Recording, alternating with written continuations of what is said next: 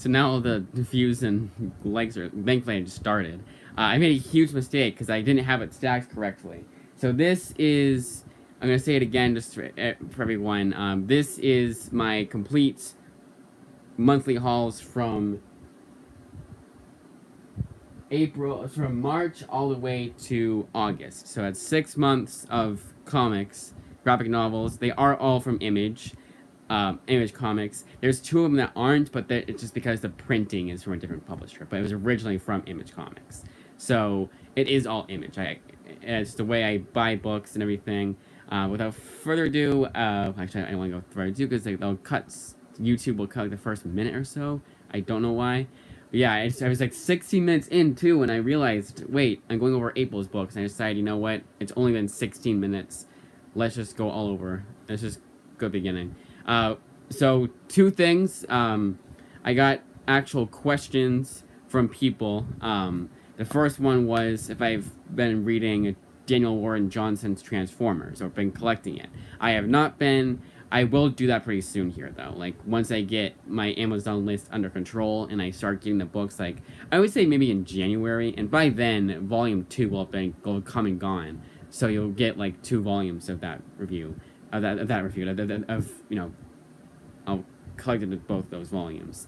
But it's just one of those things that I have so much other, I have no real, there's no real reason to collect it if I'm trying to get these, it's kind of like, it's in the bottom of my list. I look at those compendiums. Look, those compendiums look really nice. I don't care what else is on my wish list on that month. When those come out in February, and I think one's in November, I will be getting those compendiums. So it was the original series. I've always wanted to read those. But they are somewhat hard to find. Like, not like impossible or anything like that, but yeah, it's just definitely is a difficult find. But I think we should be good now. I'm just gonna assume that we are.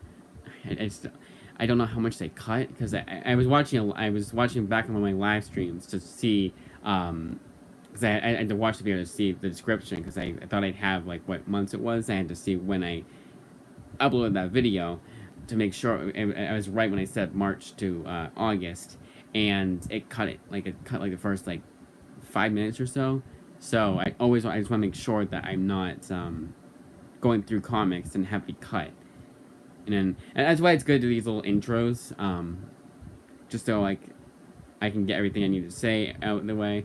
I just went right ahead and didn't even edit the title of the video, so it still says this Justin Comics is live. But it's basically, again, it's I'm gonna call it the Spring to Summer Comic Haul Extravaganza, because that's exactly what it is. It's all the comics I got from spring to summer.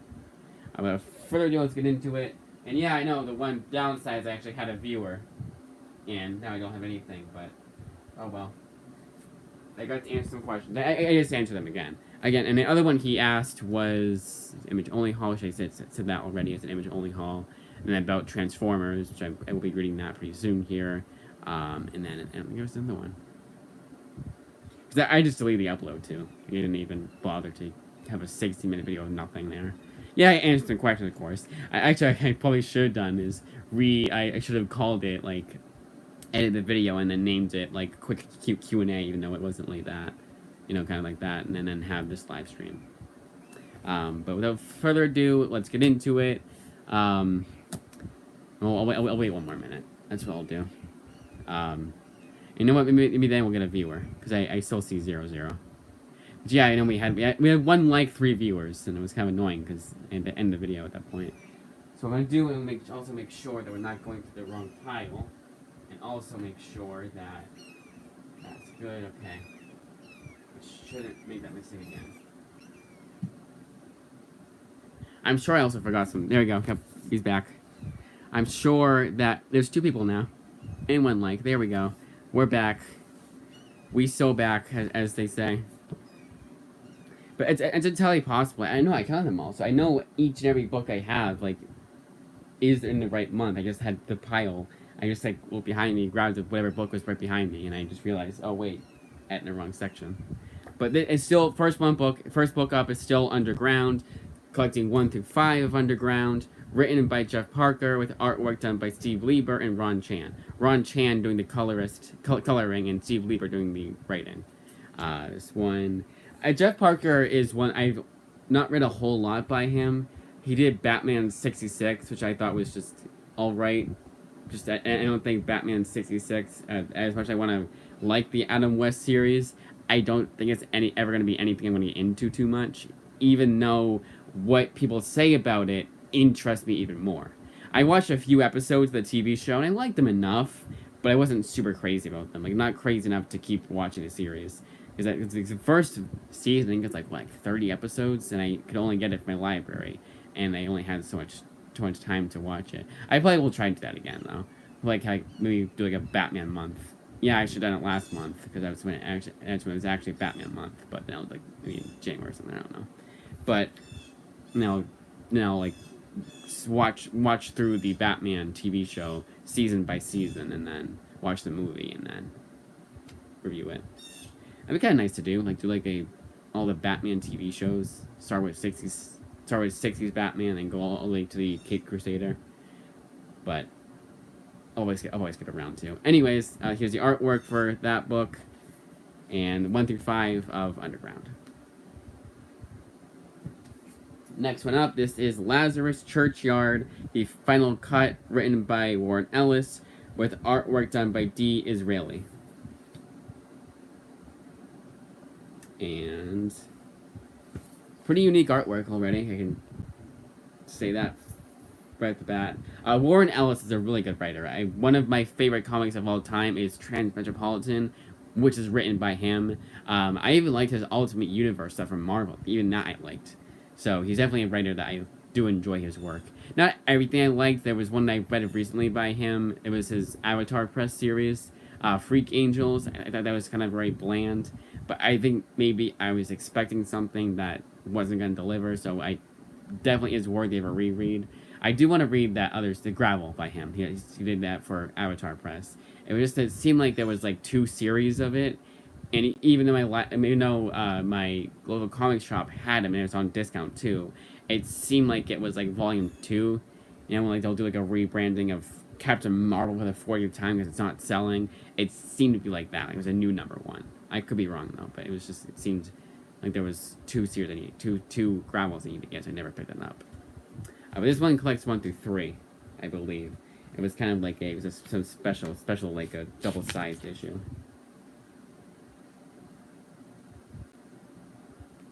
In fact, like I'm almost positive. It doesn't say. They have like a cover gallery at the back. No, you do. You don't. This is such an older book that like they don't even have like this little image logo up here at all. They have it down here. It's definitely an older book. It's when I just found out that he wrote like way back when. I was like, you know what? Let's get this one because I want to get everything that he's done for Image, for the most part at least. And then this is one of them I had to get. Last one I had to get though. Until December when Desolation Jones comes out, because the new printing will be a nice hardcover from Image. That's coming out. That's not until December though, so Christmas. This one I know for a fact is an original graphic novel and is one I've read before, and that is Jeff Parker and Matt Kint's Cosmic Detective. Jeff Lemire and Matt Kint's Cosmic Detective. Both the writers, but the artist is David Rubin. So Matt Kint, Jeff Lemire co-write it. David Rubin does the artwork. I really did dig this one. This one was really unique. And one thing, and this is why I do this video again, like even though I've done this, I've already had an April haul and a March haul and so on and so forth. I do like to show these again because there was one thing I have to mention about this book that's really unique, and that is when I talk about a murder, they have code words. So they're actually saying this, but they mean this. And that I think is really unique, and that stood out to me right away. Like I think years down the line, when I forget every last thing that's happened in this book, that's the one thing I will remember. I just saw a huge comic go through, so take a little break, and then YouTube crashed. Why did it crash? Probably because I canceled out the video too. Oh no, it didn't crash. I think because I had it up on my the live stream I had up. That's probably why I say, like, oh, it crashed, but actually, no, it didn't. Alright, so let's check this. Just watched your Superman the Man of Steel video, loved it. Just got back into comics as an adult and starting with the Superman comics first. Do you have any Superman recommendations? Obviously, All-Star Superman. American Alien, if that's what got me into Superman, was American Alien. Because for the longest time I had the preconceived notion that Superman was a really boring character because he had nothing to him. He's the strongest person on Earth, has all the superpowers, yada yada yada. But American Alien is like more Clark Kent than Superman, and it's actually really investing. It's also written by Max Landis. I think it's written 2 comics in his entire career. Definitely worth checking out. Those ones off the top of my head, I can say those ones are good. And of course, Man of Steel. The orphaned issues I've read from Man of Steel have stood out. Each and every one has stood out. That's probably the next book you see in my personal collection that I'll be reviewing. Is those hardcovers. So going back to Cosmic Detective, this is the artwork for the series. I already showed that, didn't I? I'll do it more because I zoomed in too far so you guys can see what I meant by the code words being used to describe the murder. But very interesting, very investing. Definitely one of those books that leaves you wanting more. Not always in the best way, because I think that they better come out with the volume 2. That's all I'm gonna say. Because I want more, and there should be more to it. There's more to the story that should be told, but it definitely very investing. If you like either author, you will like this one. I am very I don't like everything Matt Kindt has written. I think the only thing that I can say is really good that I read by him is Berserker, and everything else, like his... It was a series it was a while ago I read by him, but I didn't really like that one. Del H, not Del H, but it was H, Downtown H, what was it? Something H. Department H? Department H. I didn't really like that one. Didn't hate it, just kind of thought it was okay. I think it got better as it went along, but it was nothing I ever recommended, or would ever recommend. But this one I do recommend. Because I bought it. What else would I say? But I hated it. Just you guys wait. You're welcome. I always, this is why I'm doing this little career here, is to, not career, but this whole YouTube channel to recommend comics of all shapes and sizes to people. And I thank you for, commenting too. That's another thing. I take a lot of, I'm kind of very, I like comments so much that I kind of become a little bit uptight about it sometimes, because I'll see videos that have 0 comments, they have several thousand views, not actually several thousand, but they'll have like a good amount of views for me is 100. So a video will get 100 views and it won't have any comments. I find that weird, and my emails are going off. Oh, that's why. It's telling me that you're now live. Thank you. I don't know why it didn't tell me 3 times, because this is the 3rd time I've done this live stream today. Because the first time I just did vertical, I didn't know how to change it on my iPad here, so I was like, you know what, just end the video, and then I found out how to. And the second time I messed up. I was going through April. I was supposed to be March. Next one up is Revolvers by John Zerplatin. And ironically enough, we were just talking about Matt Kindt. He's done a series for Vertigo called Revolver. So I found it funny that it was a series by Image it's called Revolvers. Revolver by Matt Kindt was pretty good. It was decent enough.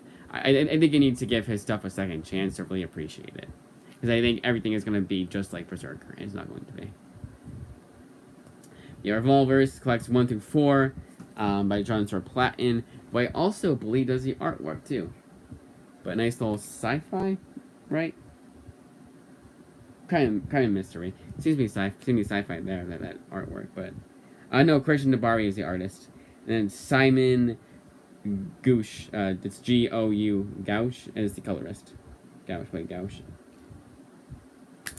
There you go, Revolvers. And then this one, there's already a second series of this, as the trailer will be coming out in October, and this is Saint Mercy. Yet again, written by John Zerplatin, and this time the artwork is done by Antilo Rojo. It's all the same letterer, though. Letterer of Tony Terry. I don't usually go over the letterer. Letterer is kind of like, I know without letterer we didn't have any words, but you know it's kind of like they're pretty damn disposable. But I'd argue like no one, I don't think anyone has a favorite letterist, you know, a letterer. Not to put him down, of course, but I'm just saying that's the way I see it. I do have like I like the Batman, like the ones in New 52, it was like a curved A. I like those letters, but nothing like you could have unless it's illegible. I don't really mind who's doing the lettering. Who's doing the lettering? Yes, Saint Mercy Volume 1. And they call it anything. It's Volume 1. I just saw another huge comment. Let's get back to it. Take a little break. Honestly, you deserve more views. Thank you. Keep doing what you're doing, and I'm sure one day you'll get the recognition you deserve. Oh, I hope so. Now I'm going to go and watch your videos. I'm obsessed with comics right now. All right. It's going to be a lot of image, though. Actually, no, it won't be, because I have comic reviews of other comics, like, not just from Image. Like, the comic reviews will always be from, like, several publishers, like Marvel, DC, Dark Horse. And just with collecting comics, just the longest time I wanted to do Image. To kind of get my Image comic, to get my Image shelf to be bigger than it was, like just indie publishers in general, and then I just haven't looked back since. Which is fine, because I had a library to fill in those other gaps. And, whenever digital sales come through.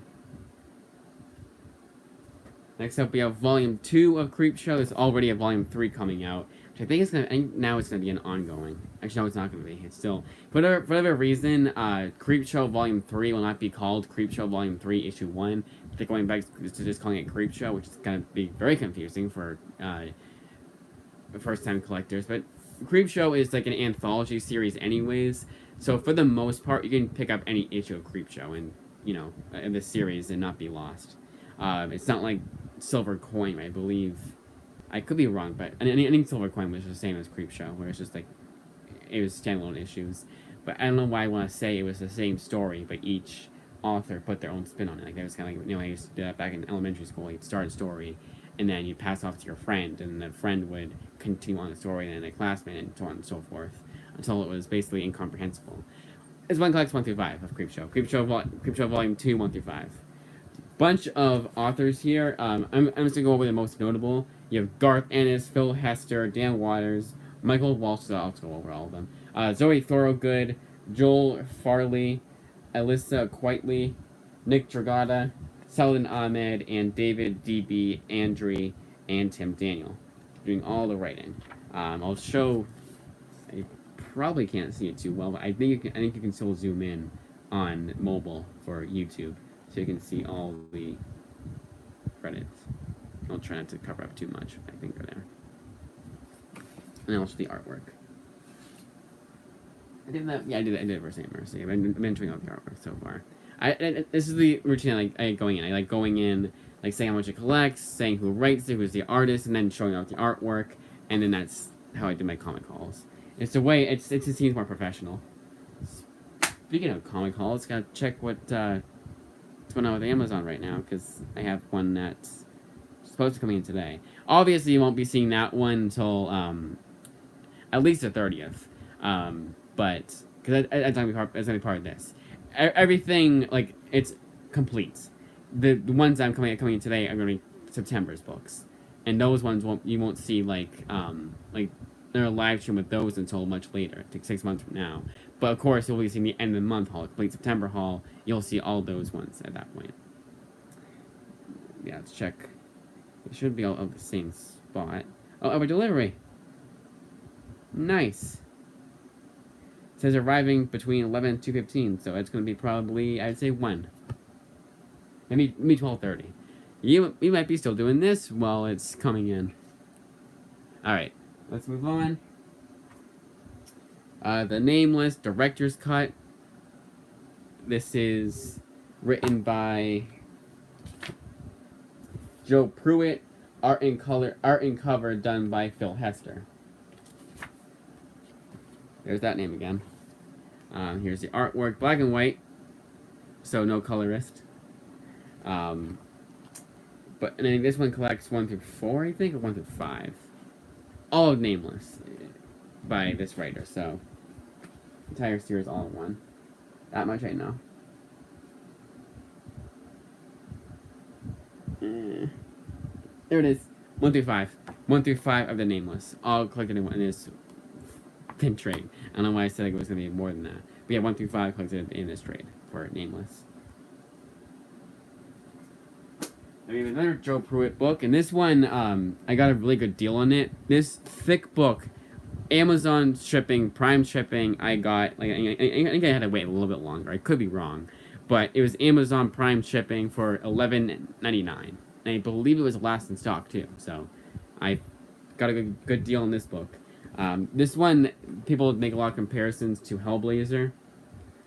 So, I really like me some Hellblazer, so I'm sure I like this one. Yet again, written by Joe Pruitt. But who's the artist? Is it him? I'm just gonna say it's him because there's no. Oh wait, that's right too. That's right too. So here are all the artists on the back here. Brian Boland's a lot of like.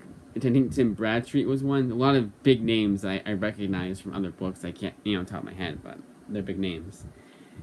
Dan Barenton, I know him from he did art. A Dark Horse book I still haven't gotten into because I was supposed to get the second and final volume, but never got around to getting it. I think he's done more for that series too. It was Nocturnals. Michael Ivan Oming, Joe Quesada. I'm just going over the names that I know. I already showed the back of it, so those are the guys who can hopefully zoom in. Again, hopefully you guys can zoom in or just have better vision than I do. I can see all the credits. You can see the entire credits page.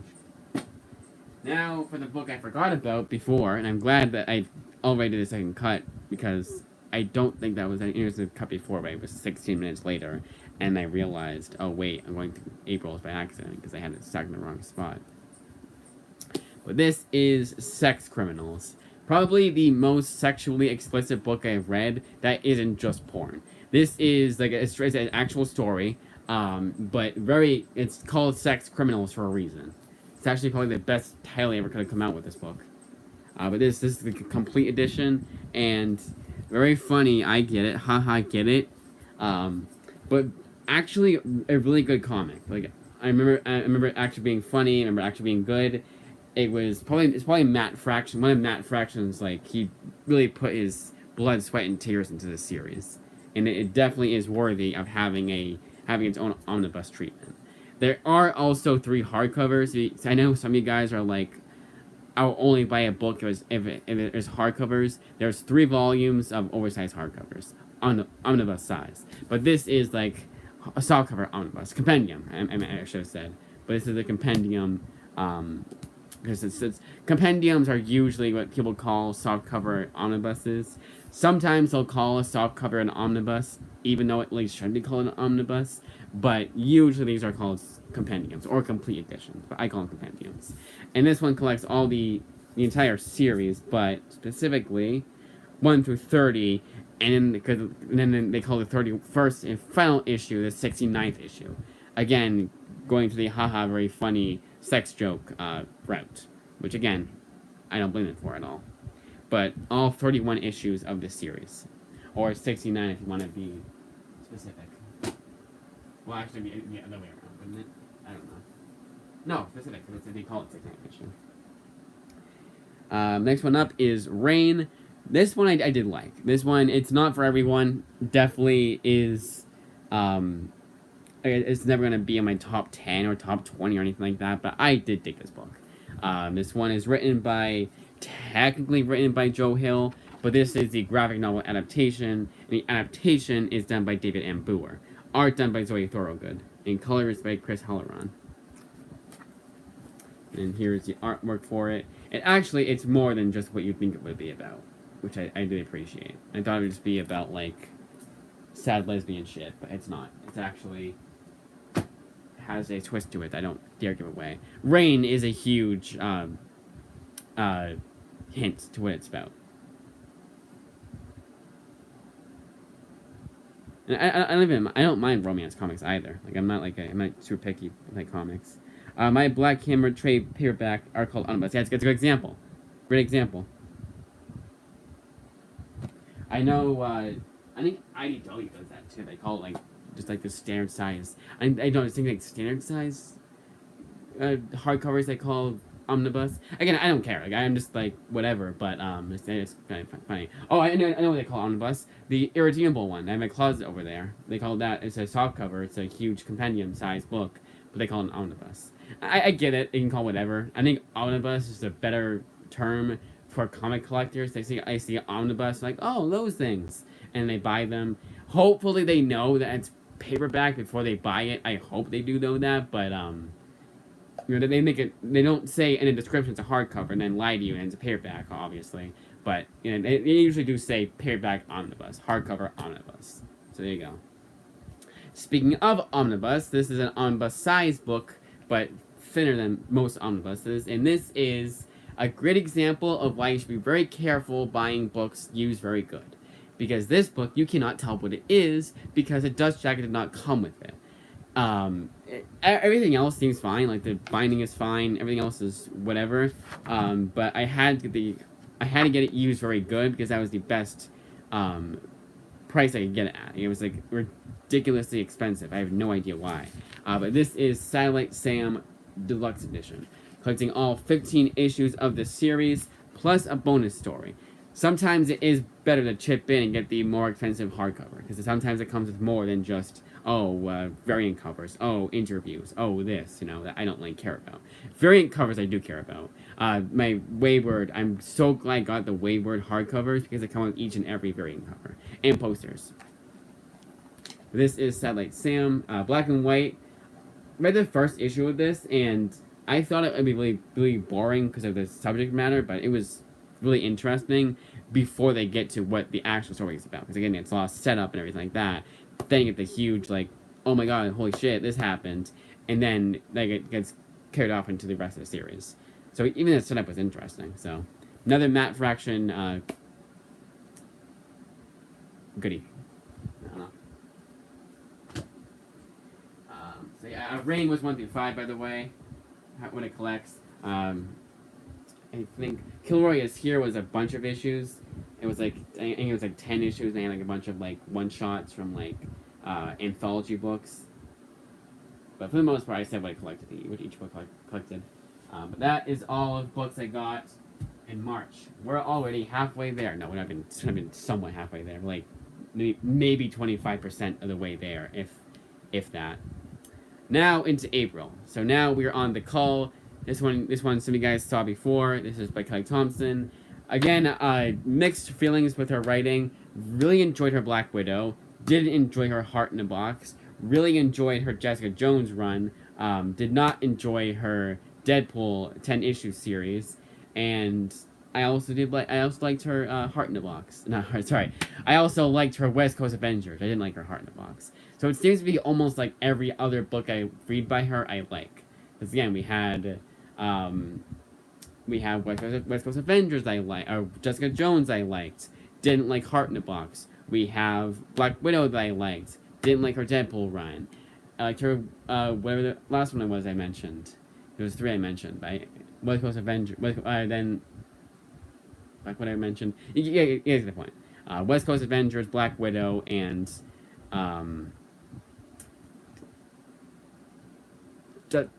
Jessica Jones I liked. I just kept getting confused because I went in a weird order. But here is The Cull, 1 through 5. But then Heart in a Box and Deadpool I didn't like by her. So, again, every other I like by her. So that's a good little streak. So going by that standard, the next book I'll read by her I won't like. And so I read that's new by her. What if this is the one? Oh no. There's one I want to check out by her. I forget what it was. Her Captain Marvel one will be the next thing I check out. I'll probably hate that one. But The Cull, 1 through 5. Mateo De Lewis does the artwork. I think that was it, right? Yeah, he's in art and colors. So, everything you see here for artwork. Then we have Arclight. This one collects 1 through 4 of Arclight. And again, we're in April right now. So this is April 2024. All the comics I got in April. 1 through 4 of Arclight. Written by Brendan Graham. And art and colors done by Marion Churchland. This one I remember liking a lot. This one I read at the same time as another book I'll put next, so we're consistent. But I read they're both like fantasy. They're both in the realm of fantasy. I read these both at the same time. But this one I enjoy a lot more than the next one you'll see. Still enjoy the next one you'll see, but this one was the standout. This one had the best pacing and like everything. It was like nice. Like you can probably read this all in like a few hours, and you'll feel complete too. Like, from what I remember, there was no like loose ends that weren't tied up or anything like that. It is all over the place, but I still did enjoy it. Yeah, 1 through 4 of ArcLight. You can actually the artwork, so we're good. Moving on to the next book. So this one is one I read like right after or before or during. I read ArcLight, and that is From Under Mountains. This one being written by someone Gibson, Claire Gibson. I was right. Sloan Leone and Marion Churchland are all the creators, but who does the artwork? I thought it's on the back here. Art and colors is done by Sloan Leone. Story and script is done by Claire Gibson. And then co-story and covers is done by Marion Churchland. And backup art is done by Brendan Graham. There's your connection there.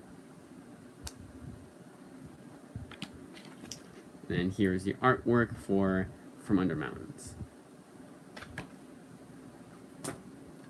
Again, a fantasy book. And when I remember it, that was also all over the place, so. But not in a bad way. And next up we have Beast by Marion Churchland, who has everything here. Artwork, lettering, writing, everything. And is also all in one. What's known as an original graphic novel, which means it's not like, 1 through 5 or 1 through 4. No, this is all in one. Again, like I said before, this reminded me a lot of another book I read before called Sculpted. I read it a long time ago, and I really enjoyed Sculpted, so I figured this would be right up my alley. Yeah, everything done by Marion Churchland. Again, original graphic novel. This one, Hakomi book, shouldn't even be considered a graphic novel because, again, it's like just going over recipes. I think it is actual food you can make, which I think is pretty cool, but I think it's also like, it was just building the world of, let's see, it says it back here. So it collects and supplements the contents of Hakomi.com, which ran from 2009 to 2017. It's a book about want, about hungering, about hoarding, and coveting with no apologies. So hearing that, I thought it'd be like a blog. It seems to be more just like recipes and more about food and like that kind of stuff. Like, a lot like a book that I actually did not really enjoy at all. Almost just stopped reading it. It was called Relish. I read it a while back, and it's not my cup of tea because it's just, again, a lot of it was just going over recipes. I'm not a cook, so I don't give a shit about any of that. But here is the artwork, for this quote-unquote comic. They still say Image, so Image Comics is all considered to be a comic book. Graphic novel, whatever. But I got a good deal on it, from what I remember. I'm a completist when it comes to authors, and it was the last book I needed from Marion Churchland, so it's like, you know what, screw it. I'll just get it. But I won't care that it's used very good. Actually, you can't even tell if it's very good. Most of the time you can't tell. Sometimes you can. That's why I don't usually like doing used very good. I only put up with it if I have to. But for the most part, I try to get used like new. Because that is a good way of saving money. It's just go used like new. So be it if there's a little remainder mark on the book. Next up is The Rattler. This is written by Jason McNamara with artwork done by Greg Hinkle. Black and white, so no colorist.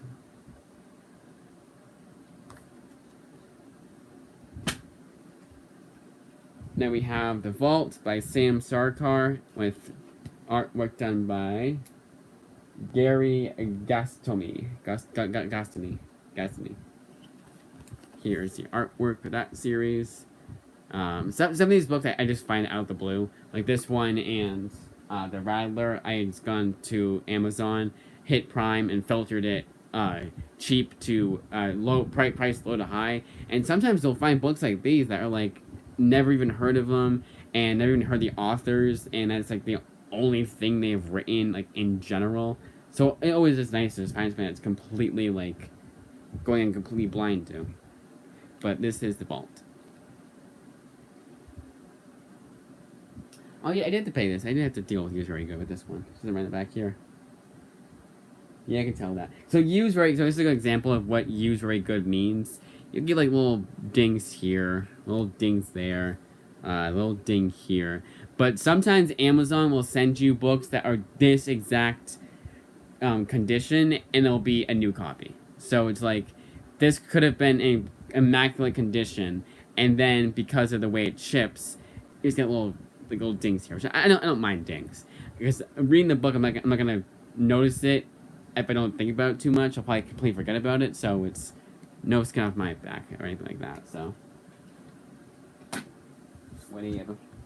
So next one up is The Iron Saint, written by Jason Rubin with artwork done by Francis Manapul. Is it? Oh, and Joel Gomez. So the artwork for the series, you can tell it is a older Image book, and that is right up my alley. Because a lot of older Image books I've read, I've actually really liked. I liked Savage Dragon, I liked Spawn, I liked all those series. I would collect both Savage Dragon and Spawn if it wasn't so impossible to have every single issue. Even the compendiums are missing stuff, so it's like missing like spin-offs or whatever. There's 70,000 spin-offs of Spawn, so it's kind of it's hard to get into Spawn now. I did read the first compendium though. Read the first 50 issues, really liked it, but hated that every issue or so was like, oh, this happened in this mini-series that's not collected in this compendium. And I don't blame Image or Todd McFarlane. I'm sure it is kind of difficult to do that. They are coming out with one. It's called A Violator. They're coming out with that mini-series, a new printing pretty soon here. So there you go. But as like it seems to be a tip of the iceberg as far as the spin-offs go. Unless you want to spend like $4,000 on buying Bendis's run on Spawn, you kind of do have to deal with the compendiums and just ignore when they say, oh, this happened in Spawn Resurrection. So I think that one is one that Brian Bendis, I believe, is not just issues 200, 210, or anything like that.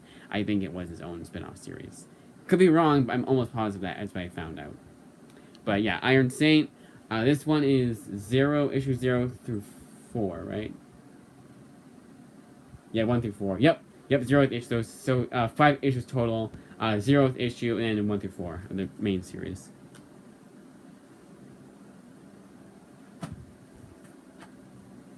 We have Too Dead to Die, a Simon Cross thriller, written by Mark Guggenheim with artwork done by Howard Chaykin.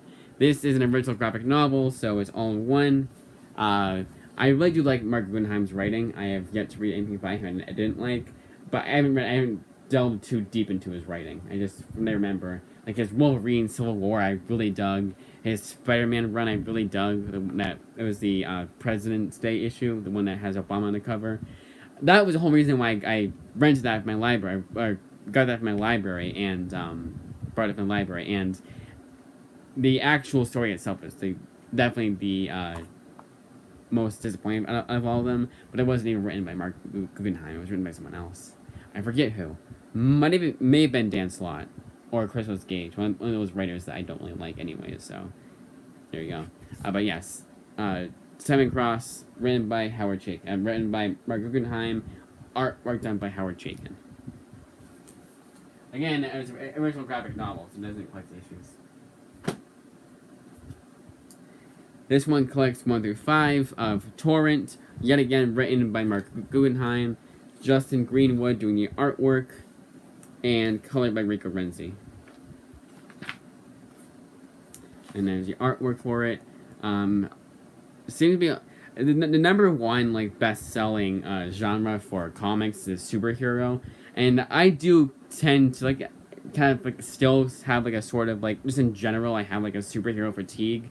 Also get a book if it interests me or if the author is good, even if it is superhero. But I always like it when it's like fantasy or western or something that just doesn't seem to be it just seems like every other book that comes out, regardless of the publisher, is superhero. Yeah, I know there's plenty of fantasy books. I know there's plenty of fantasy comics, plenty of horror comics, plenty of this genre and that genre, but it's kind of weird that it seems to be like, I would say like 70% of my collection is superhero comics. Again, no problem with it. It's just one of those things that I just have noticed. But Torrent 1 through 5. This one again is another another 5-issue miniseries, same author.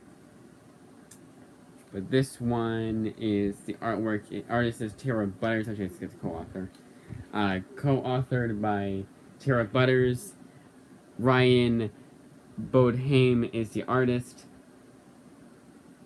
Color artist Mark Englehart. Or Englert, not Englehart. Englert. I just want to say Englehart because it's Steve Englehart. Yeah, Tara Butters and Mark Guggenheim doing the writing for this series. That's Halcyon. I'll show the artwork again. I don't know if I did.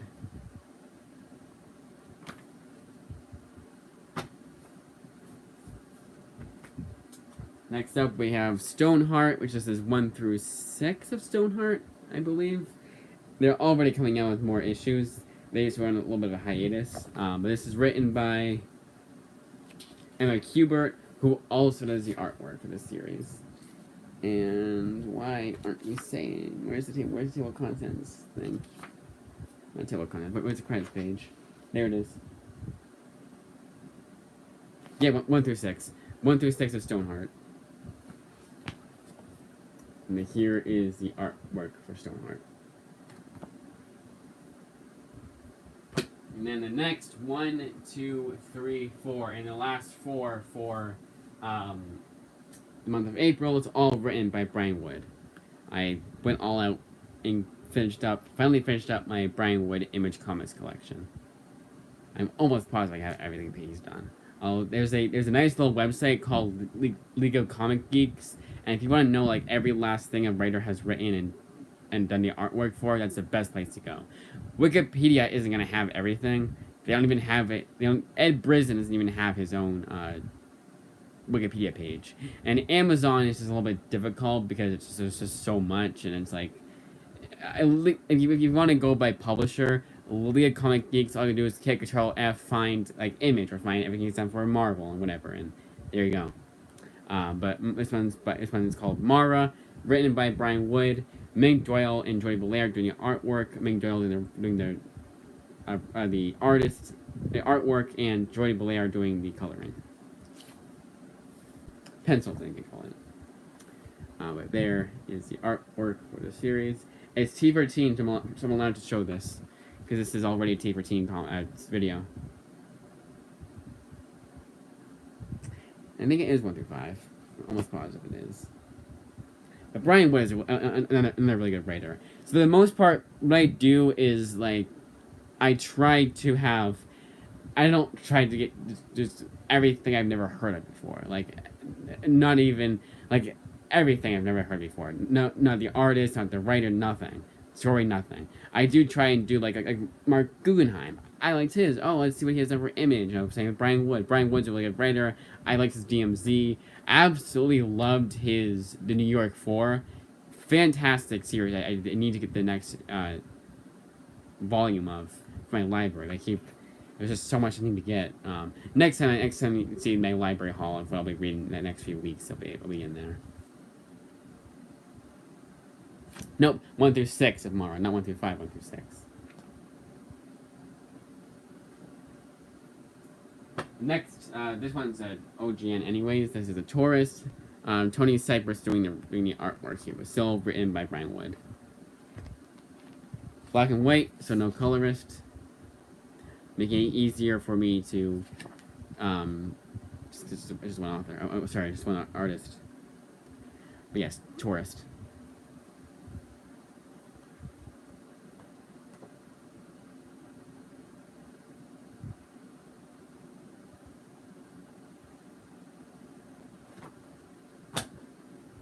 And this big book, this really thick book that apparently Image Comics, whoever did the collection to this, who is in charge of the binding or whatever, or how this book comes together, decided that they did not know how to do it because this comes apart.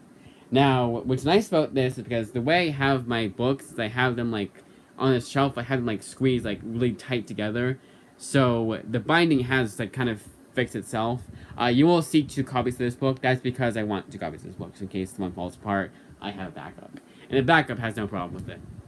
It's just a little bit because I had to deal with user rate goods. I wanted to get it pretty quickly here, and it's definitely a lot of more blemishes there, but more just cosmetic than binding. And here is the artwork for. Right, he's so short, the glue cracking. For the couriers. This just collects all the not one shots, original graphic novels. This one is specifically the Couriers, Dirtbag Manifesto, The Battle of Johnny Funwrecker, and Couscous Express. Couscous Express being the prequel series to this whole prequel to the whole entire series. But this is a complete series of the Couriers, a book that like everyone that's read a Brian Wood book seems to have really enjoyed. Like they say this is his best. I meant to say has read enough of Brian Wood. Has really enjoyed this book. It's good to know. And then the final book that's technically not an image book, but it is channel in the final book of April is Channel Zero. Yet again written by Brian Wood, who also and then with Becky Clinton. So Becky Clinton doing all the artwork. This one I remember liking enough, but it was never anything like I didn't even check out. There was like a bonus story here, and I just skipped it. And I was like done with it at that point. But I do still recommend it. It just wasn't what I was expecting. I thought it would be a straightforward story. It's not. It kind of is a lot of narration, and it's like a blog almost, but in the world of this story. But when it actually tells a story, it actually has dialogue, and the plot is moving along.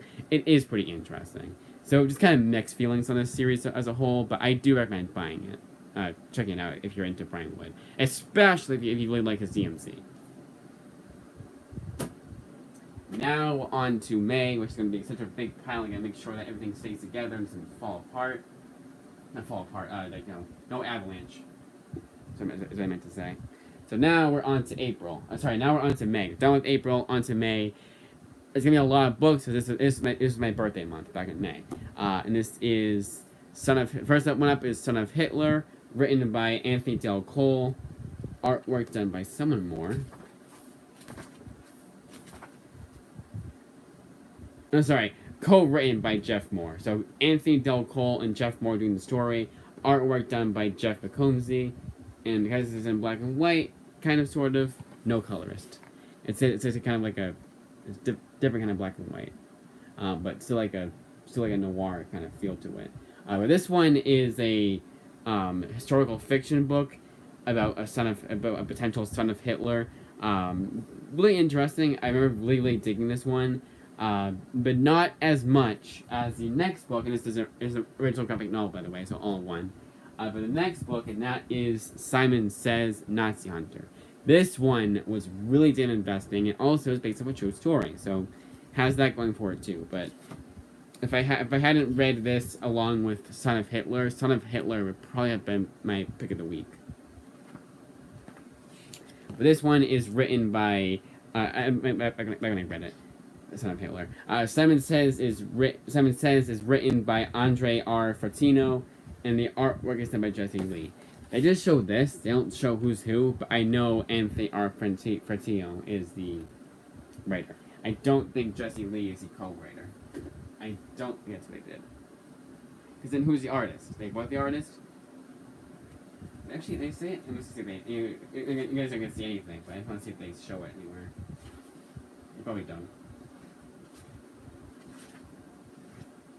Specify. Nope, they don't specify.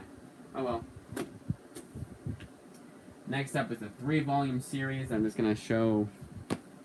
So, going says backwards. So book 1, 2, and 3 of Hinges. This was originally a blog, not blog. What do they call it? A webtoon. So it was on the internet. Why am I saying like that? Of course, nobody, I guess they don't know what that means. But then they made it into its own like graphic novel series, which probably is the only way people knew about it, because I don't know. Meredith McLaren does the writing and artwork here for Hinges, and here is the artwork for Hinges.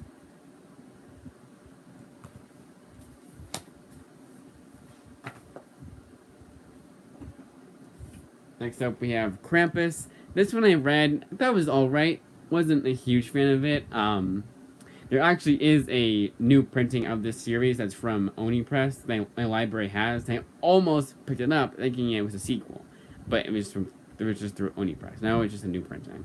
And no, I don't know why they do that. I don't know why they move from Image to Oni Press. Maybe Oni Press pays them more. I don't know. But this is written by Brian Hoynes, and then illustrated by Dean Kotz. Colors by Ron Riley.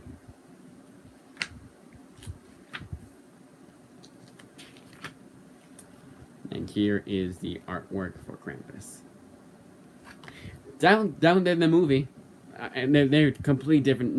Neither one is based off anything other than that has a connection other than the character. But it was definitely better than the movie. This comic was. So there you go.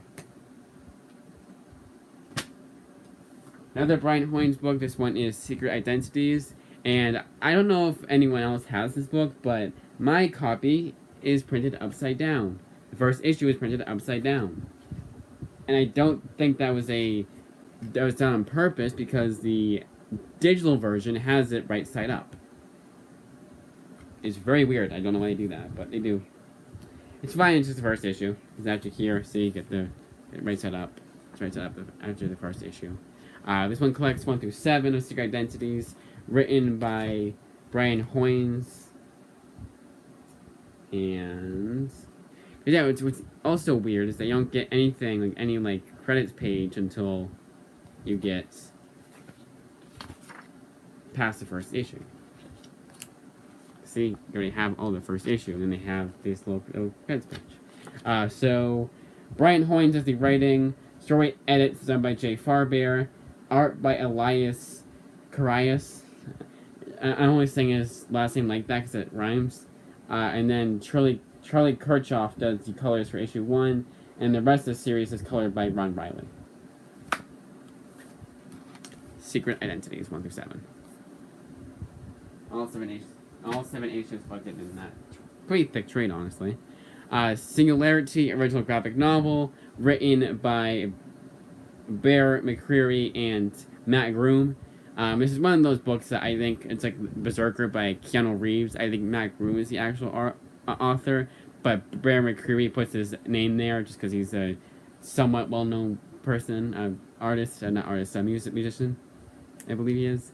But this one is written by Matt Groom, and Matt Groom wrote Self-Made, which I thoroughly enjoyed. That was really damn good. And this one is supposed to be up my alley. Like, there you go. This horror fantasy kind of book. What's actually saying back here? Science fiction and media tie-in. It's based off an album, which I think is really cool.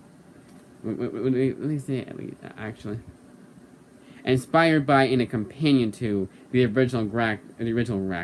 Inspired by and a companion to the original rock concept album of the same name by Emmy and BAFTA award-winning and Grammy Award-nominated composer Bear McCreary.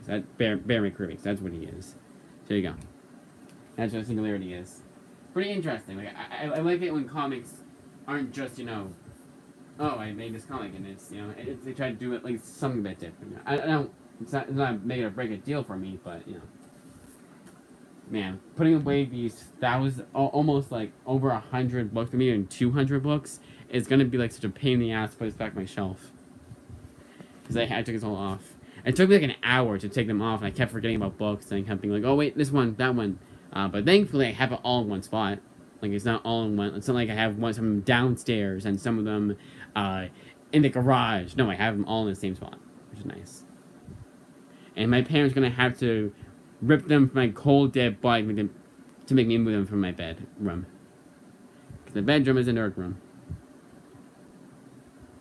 And then we got Sohel. Hello, Sohel.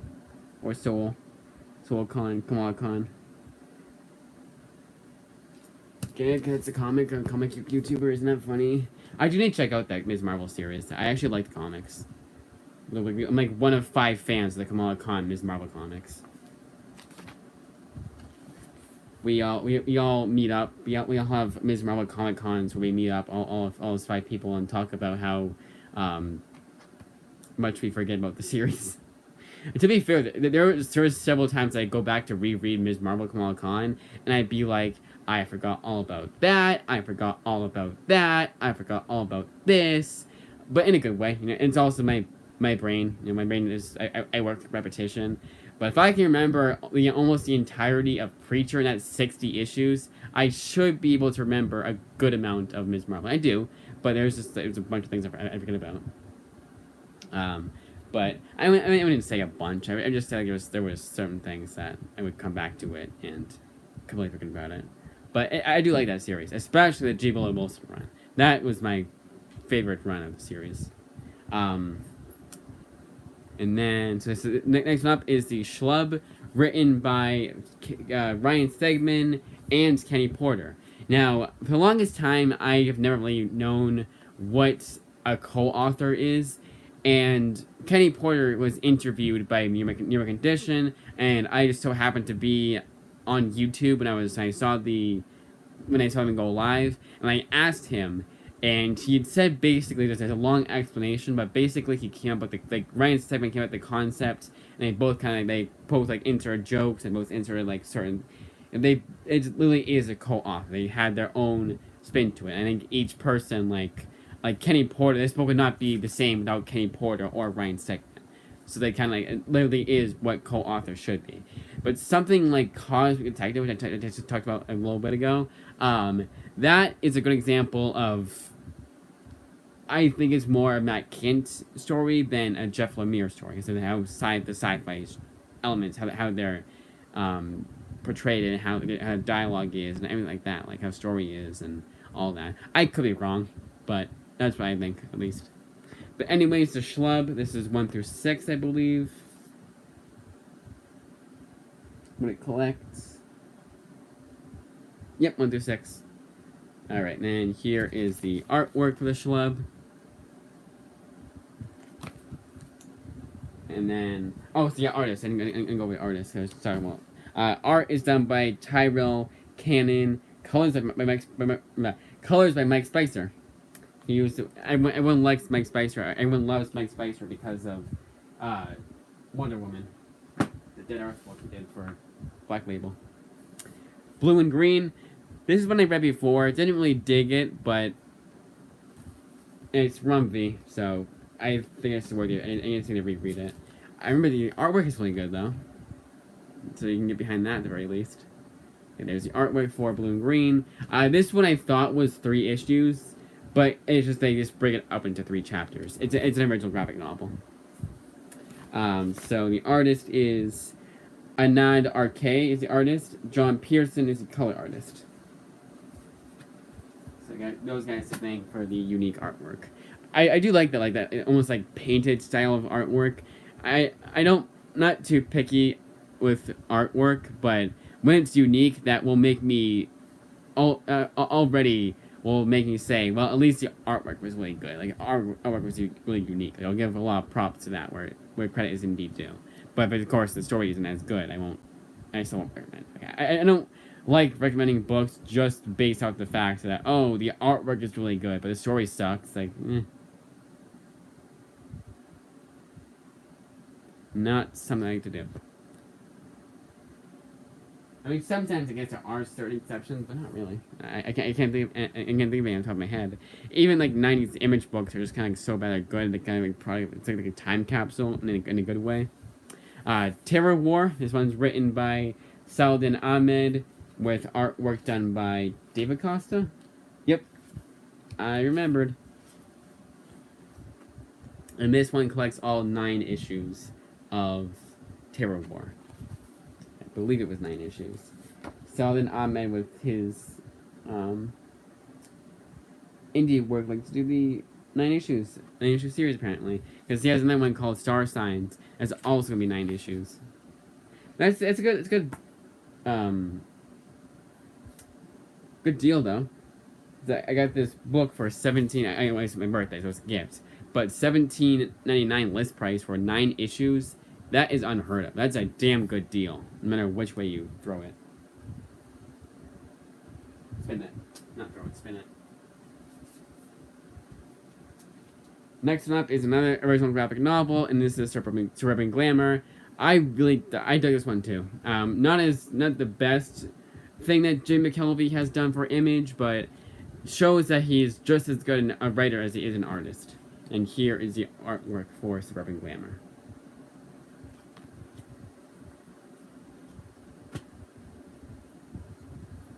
Next one is all... So I had the first volume of this series way back when. Never ended up getting the entire series just because of the fact that my local library had the entire series.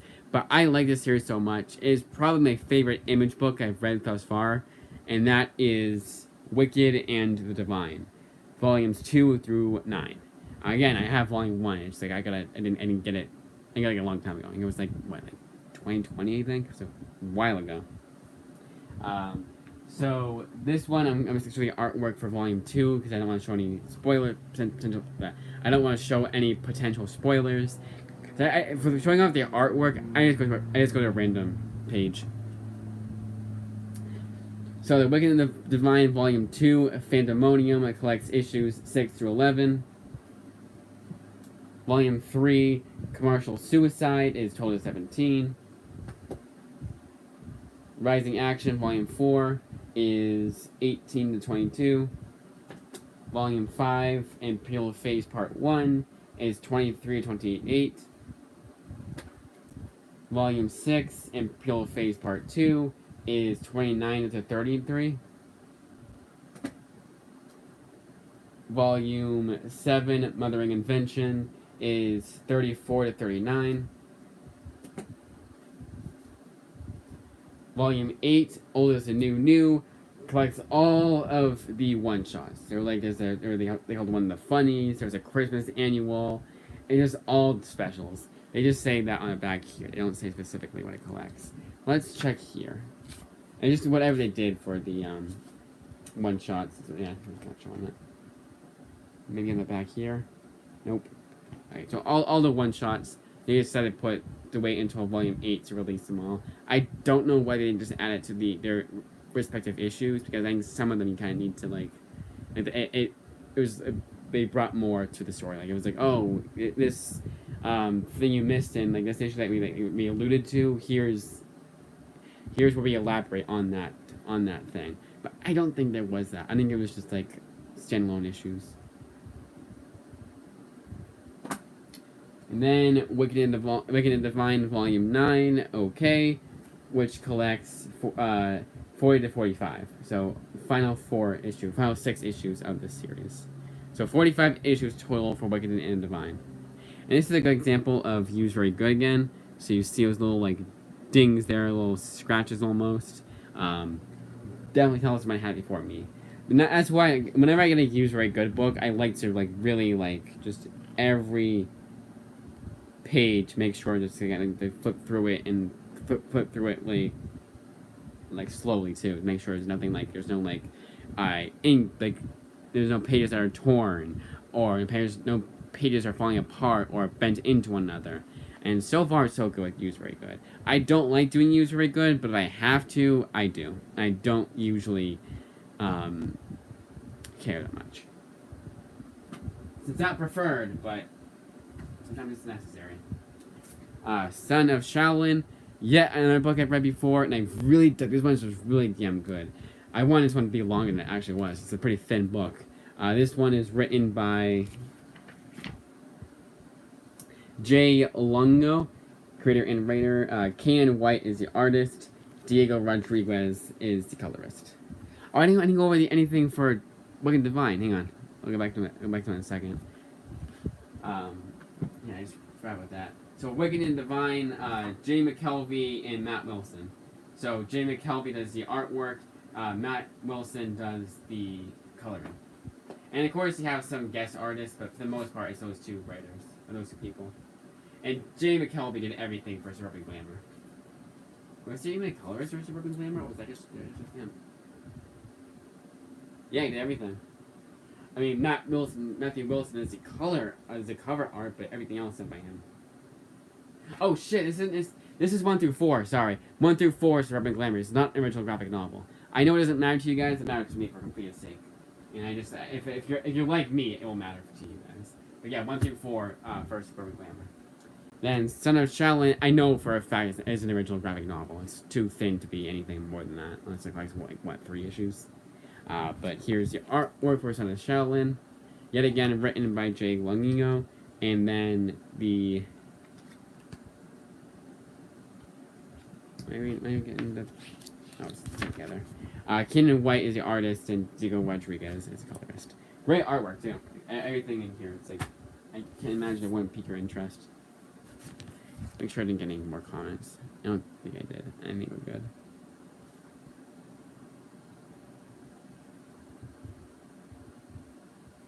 We're good. Next one up is the Savage Strength of Starstorm. This one collects 1 through 5, I think, of Starstorm. No, 1 through 6. 1 through 6 of Savage Strength of Starstorm. And then here is the artwork.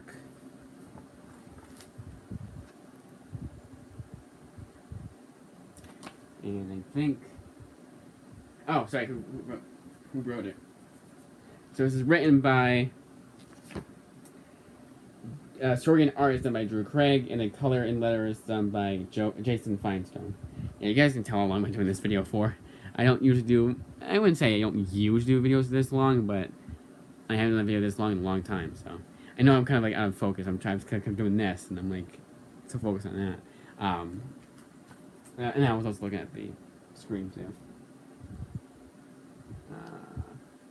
This side. Next up is Indigo Children, written by Kurt Pyers. And Kurt Pyers has, like, I think, probably the world record for the amount of stories he's done for the Comixology, not original, yes, Comixology Originals. There's 2 of them, they call it. One of them is you can only read them if you have a Comixology account, and the other one is you can read them if you have a Prime account, Prime reading account, which I do have, and I can thus read everything he's done, that Kurt Pyers has done for that Comixology thing, because that's the other one. I forget what exactly it's called, but basically you can read them for Prime reading, and they're basically free, which is nice. If you don't have Prime reading or Comixology, you unfortunately do have to pay for it, but it's a digital first. They have come out with trades, but Kurt Pyers done the most for that, I feel, and also Scott Snyder. But Indigo Children, Volume 1 of 1. I don't know why I said. Okay, I was gonna call Volume 1. That's why I said it. Written by Kurt Pyers and Rockwell White. Alex Diodo does the line art. Color art is done by D. Kanif. And then leather art production design is done by Hassam Otame Alandro. A lot of people come together to make this book. There's the artwork for Indigo Children. And this collects 1 through 6 of Indigo Children. Seems like it's more, but that's because issue 1 is double sized. So it's like triple sized thing. I think it's like, what, 50 pages long for issue 1? Long issue 1. Next up we have Olympia, yet again written by Kurt Pyers, but this time co-written by his father, who unfortunately I think did pass away, because he was... The whole reason why they did this was that this is a passion project of theirs. And Kurt Pyers' father, Tony Pyers, was undergoing surgery for... Not surgery, it's undergoing cancer treatment, and it was like a very trying time in their lives. So I think the last thing they wanted to do was make a comic together. Which is really nice send-off, but I don't know for a fact if he is still with us. Colors, yet again, done by D. Kanif, and in artwork, yet again, done by Alex Diodo. So, consistent with his other image work. And I really dug Kurt Pyrus's his only Teenage Wasteland. The other one I read by him I didn't like as much. I forget what it was called, but it's also by Dark Horse, I believe. Could be wrong though. But its only Teenage Wasteland was a huge surprise. I really dug that one. Next up, we have both volumes of Motor Crush. This is a good example of I got this because I remember kind of liking it, but the other book written by Brendan Fletcher was you'll be seeing soon. See Heroes Isola, and I like that a lot more than Motor Crush. But this is the only other thing I needed by him, other than his image anthology work, which you only get through floppies or on the Kindle, and it's very expensive on the Kindle still. So I'm just gonna hold off on that for now. But all I need for now is just this and Isola. So like, you know what? The hell with it. I'll get Motor Crush. I didn't hate Motor Crush, but it definitely is not a series I'm going to rush right out to read again. 1 through 5 for Volume 1, and Volume 2 is 6 to 11. And I'll show the artwork for Volume 1. It was pretty interesting. It was pretty good story.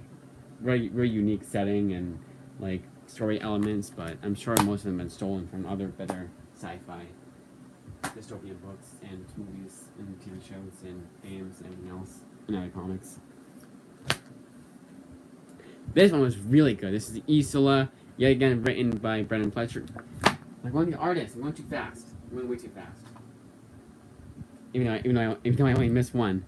I know I had to go back to Waking Divine afterwards, but so yeah, artist for this one is Cameron Stewart, colored by Babstar. I don't feel like I'm going too fast. I feel like I'm just like so caught in what I'm saying, like oh, now move on to East Club before I forget to mention this, kind of that thing. This is why I'm glad this is a live stream, because I can be unorganized because it's a live stream. So next one up is Isla, as I mentioned before, but this time the artwork is done by Carl Keschel, who also co-writes this series too. But also Mosaic is the artwork too. Mosaic as MSASSYK.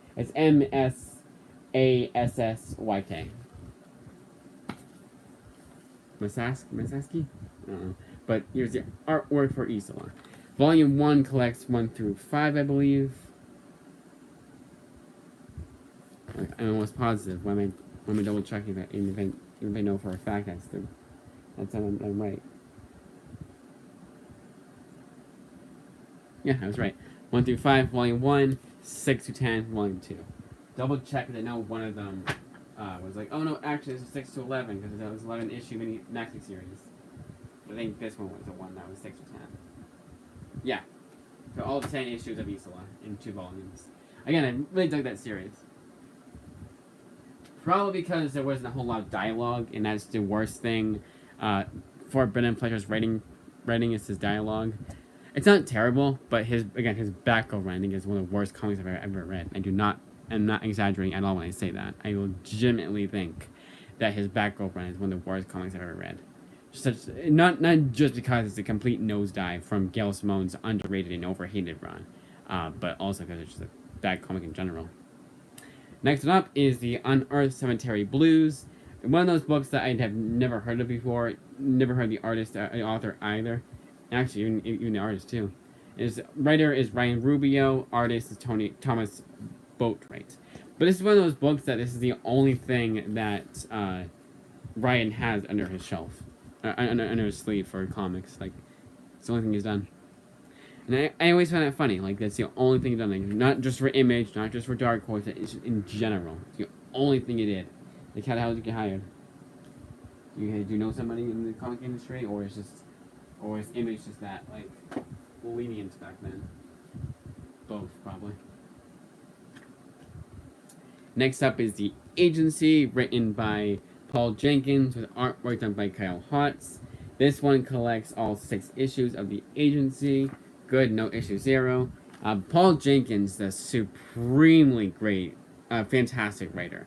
He wrote Wolverine Origin. I really dug that. He did a spin-off to Civil War, Mark Millar's Civil War from Marvel Comics. Frontline, which I also really liked. little bit wordy for Frontline. I remember it's 33 pages, and I felt each page, but I was still invested. I still liked it a lot.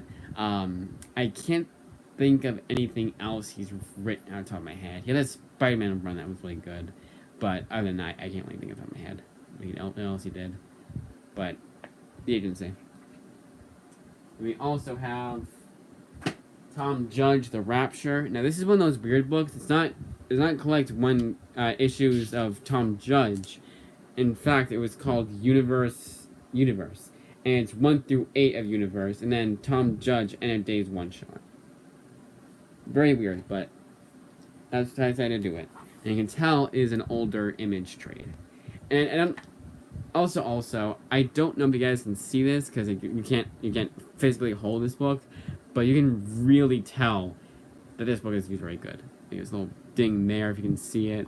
But it's like a lot of it just feels like it's been read a bunch of times. Like someone's had it for a long time and just like maybe their son moved away or they died or whatever, and then someone to clean out their house, like I don't want this anymore, and sold it.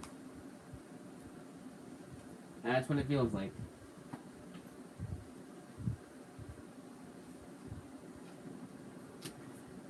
Another Paul Jenkins book, but I think it's the last one. Yep, last Paul Jenkins book. And this is Sidekick. The artwork is done by Chris Moreno. Chapters 1 through 4 is colored by Len O'Grady. And chapter 5 was colored by Canela Tripp and Stephen Struble. Here's the artwork. You can definitely tell this is a more comedic take on the superhero genre. I heard it was good. New Condition, of course, said it, and him, like, the way he's... But I feel like if he really, really likes something, I'll at least think it was decent. Like, at least be glad I read it, you know? But I'm a huge fan of his channel. In fact, he's also live right now. He might not be, you know, he still will be, because it's only 12:30. Which is good. We got Shrek, the actual Shrek on our live stream right now. And Cannibal Volume 1. Nope, I'm on Volume 2. That's why I looked. I have these backwards. On the shelf, they're gonna look stupid if you have them like this, the shelf. Because it's... So you see 2 before you see 1. But anyways...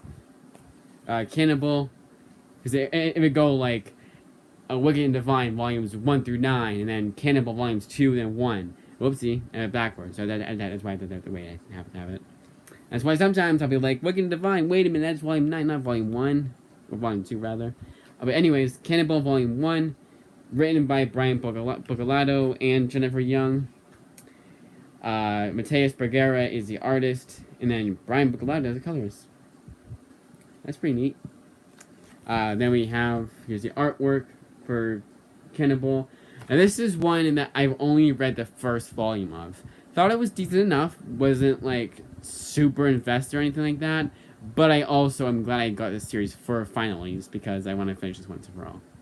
My library just did not have volume 2. So that's a good example of why I do this. Sometimes, yes, it is, the library had the full series, like Wicked and Divine. But I loved it so much, I bought it myself. But then you'll have books like this, but yeah, they have Cannibal Volume 1. They had Cannibal Volume 1.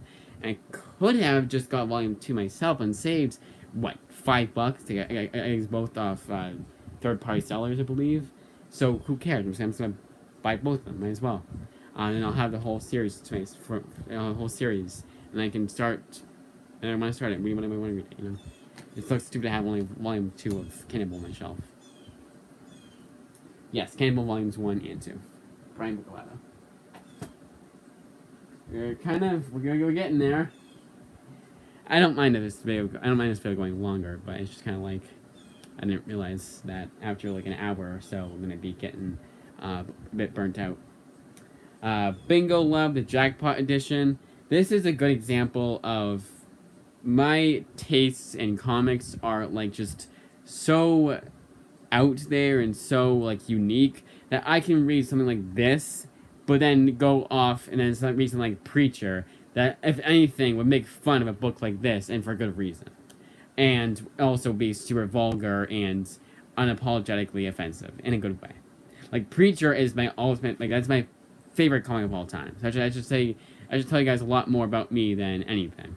But Bingo Love is an original graphic novel written by fake disabled person T. Franklin. Yeah, recently she was doing a live stream. Your boy Zach, they very like doing the Lord's work by outing her and exposing her. She was doing a live stream where she was dancing, like disabled people don't do, but she still received disability checks. So there you go. That's really nice. You know, I'm glad that this, like, I got this used like new and then pay for a new copy of this book. But here is the artwork for Bingo Love, and I have to make sure that I get this there so I don't hear it ding ding ding all the damn time. And go away. There you go, thank you.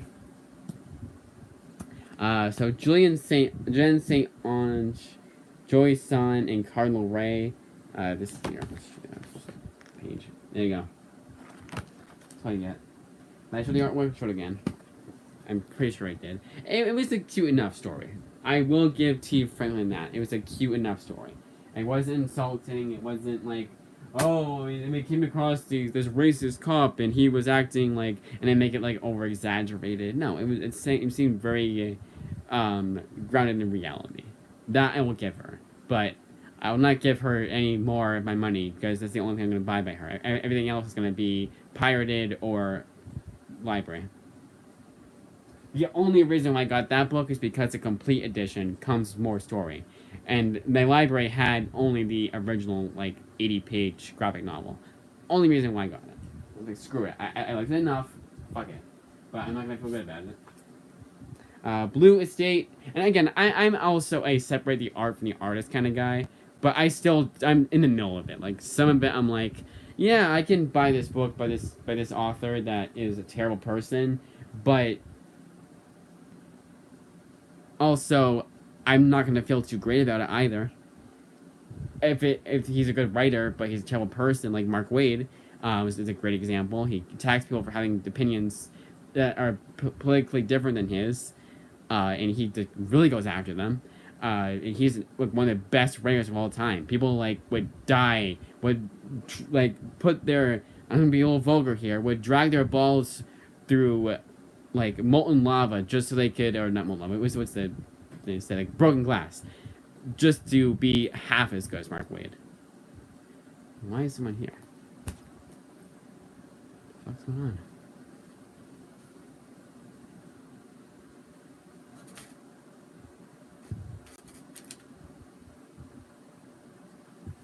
No one's supposed to be home right now. Someone's breaking in. Let's see.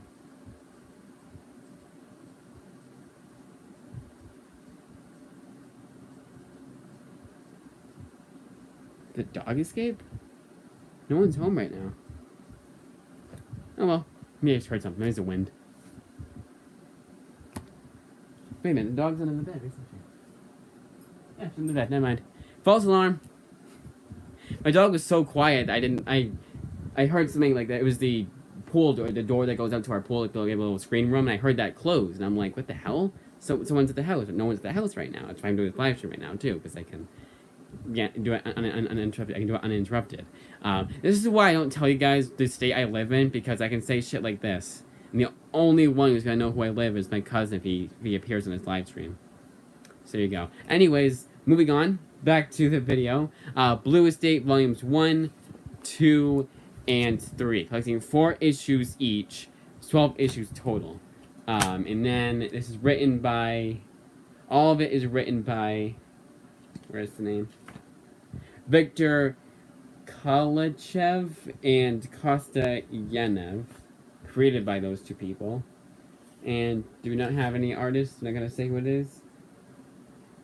Scripts by Andrew Osborne. Original stories by Victor Kalachev and Kosta Yanev. And then artists, a bunch of artists. 20 Cypress though. So here's all the credits. So this is a good example of why I do these videos. I didn't notice that the until later the credits page the credits page is they do it per issue. But I'm just gonna say that it's the credits page for the entire series.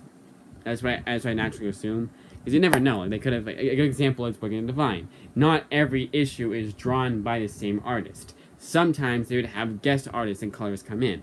Not all the time. It was probably like maybe like 7 issues total, maybe 10. That seems like a lot, but not every issue was done by the same artist. So yeah, saying, oh, it's the credits page, yeah, it's not complete, but it's just like, whatever the hell. Like, I'm just naturally assuming that that's what it is. Yes, all 3 volumes of Blue Estate. It did show the artwork, didn't I? It did.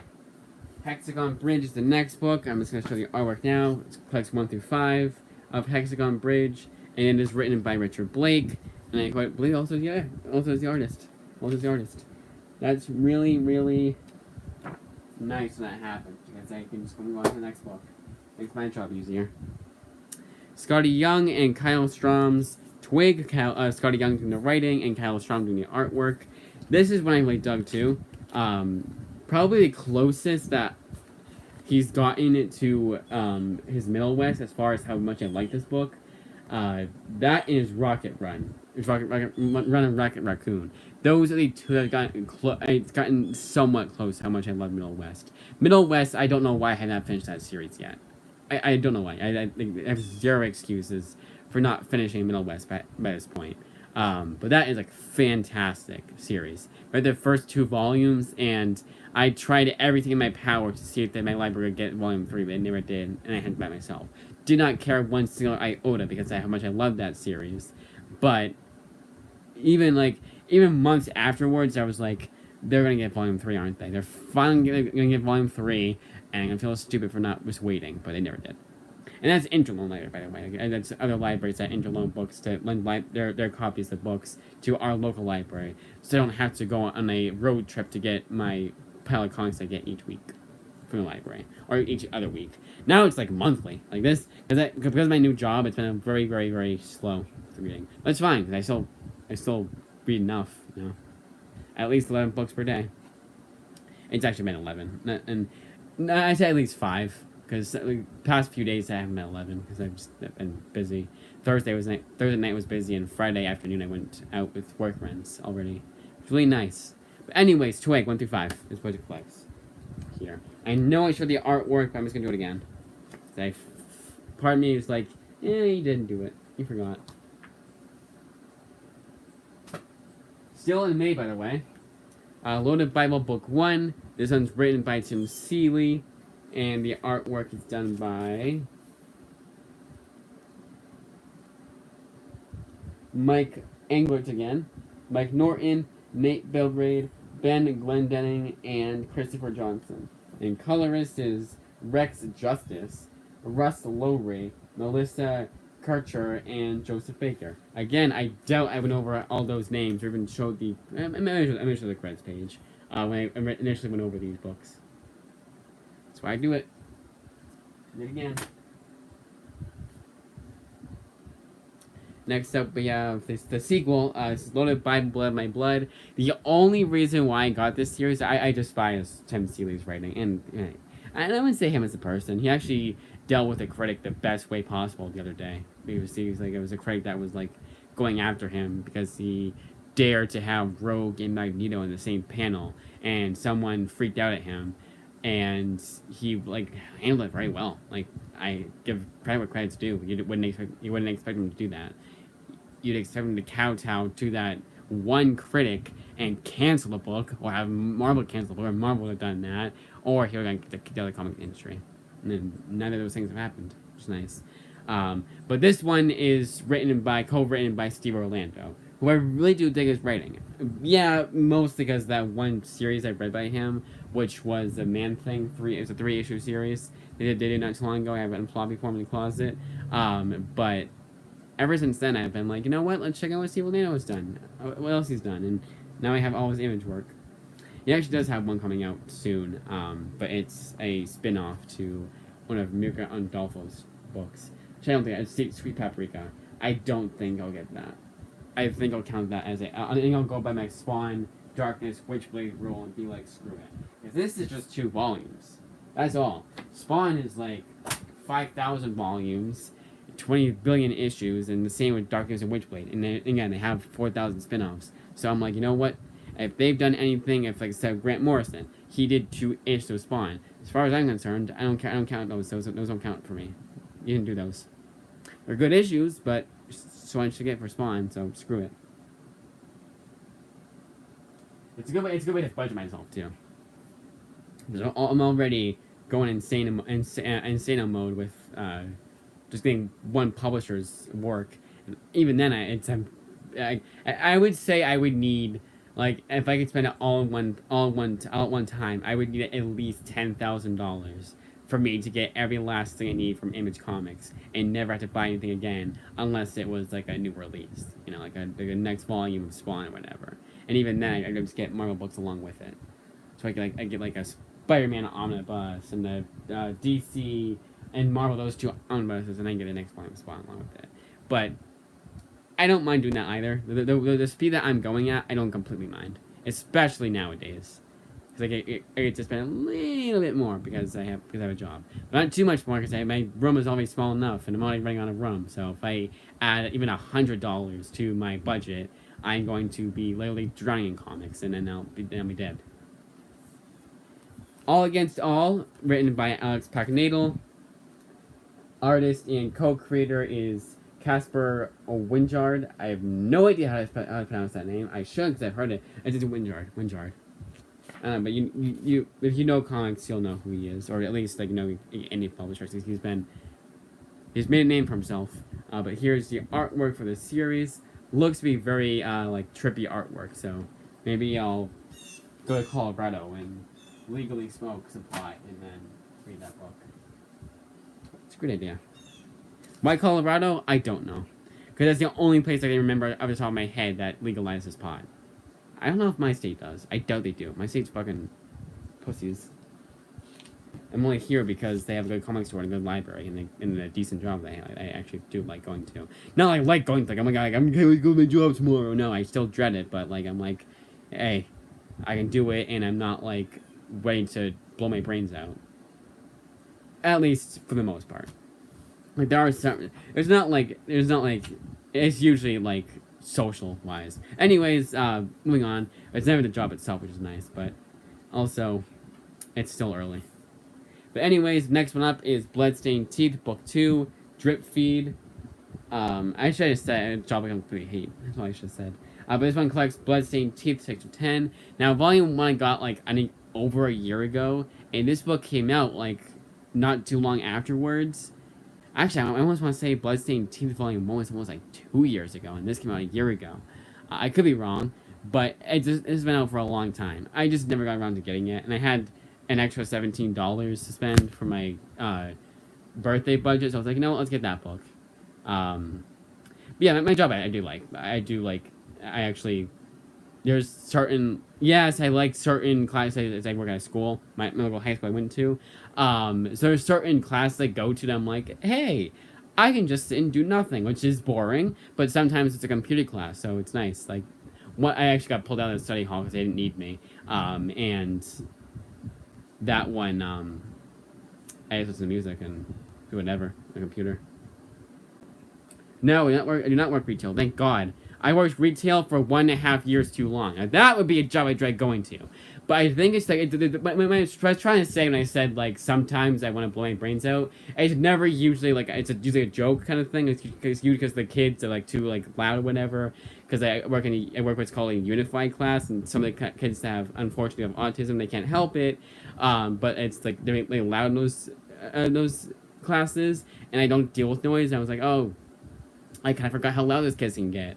And it's very hard to get them to calm down, and that's definitely those more stressful days, but I got pulled out of that class, so it's like next week is gonna be, it should be pretty good. But then there's classes that, like, I'm bored out of my skull because they don't need me. One of them is a gym class, a regular gym class. They go to the gym. Part of it they would go to a classroom, but now they're in the gym. And the teacher literally said, yeah, we don't really need you. They know what they're doing. And I should have said something like, can I go somewhere? Can I do something else? So I need to be here. But I'm glad I didn't, because it's kind of like, it's like, that's I don't know about that, but like that's definitely a downside, and like it's like out of boredom. It's like I'm bored. It's like that's about it. Of course, there's like certain like I wish I had the same lunches as the person I got out really well with, but even then, she just she just listens to audiobooks anyways during lunch, so I wouldn't talk to her anyways. But then there's the majority of upsides. And the biggest upside is that I went out with some of the people that that knew me and I knew them, and when it went to T-Bones last night, so that was nice. It was not last night; it was yesterday after school, and it's gonna be like every bi-weekly. That was nice too. They're a fun group. It's one of those groups that you're like, wow, I didn't know you. They're very like they kind of like they're very filtered when they're in school, but when they get out of that building, you're like they're a completely different person when they get out of that building. So that was kind of funny to see. And one of them I've known since sixth grade because she was my paraeducator. That's what I do. I'm paraeducator. She was my paraeducator back in middle school. So it's kind of funny that we work together at my local high school. Anyways, moving on. Blood Stained Teeth, 6 of 10. Christian Ward doing the writing and artwork, I believe. Nope, never mind. The art is actually done by Patrick Reynolds. Colors by Heather Moore. But Christian Ward had done some of the artwork for Volume 1. Volume 1 had some flashback portions, and those Christian Ward did the artwork for. But Christian Ward, artist and author. I always find those books interesting because it's always a test to see how much better writer they are than artists, or vice versa. They can bring the same level they do for artwork. I mean, next up is the Enfield Gang Massacre, written by Chris Condon, with artwork done by Jacob Phillips. How can someone have the last name Condon? How can someone have the last name Condon and not get made fun of? I am sorry. And not in a schoolyard way that they beat you up for it, but like kind of like it's inevitable. Even some teachers are gonna accidentally call you Chris Condom. It's inevitable. And then here's the artwork of that book. This one's 1 through 6, I believe. Yep. Yes, 1 through 6, and then you get an all new 6-page train heistcaper. This is a western. This is a spin-off to that Texas Blood, which is also written by same exact creative team, same publisher, obviously. And then yes, I did that. Okay. We're getting so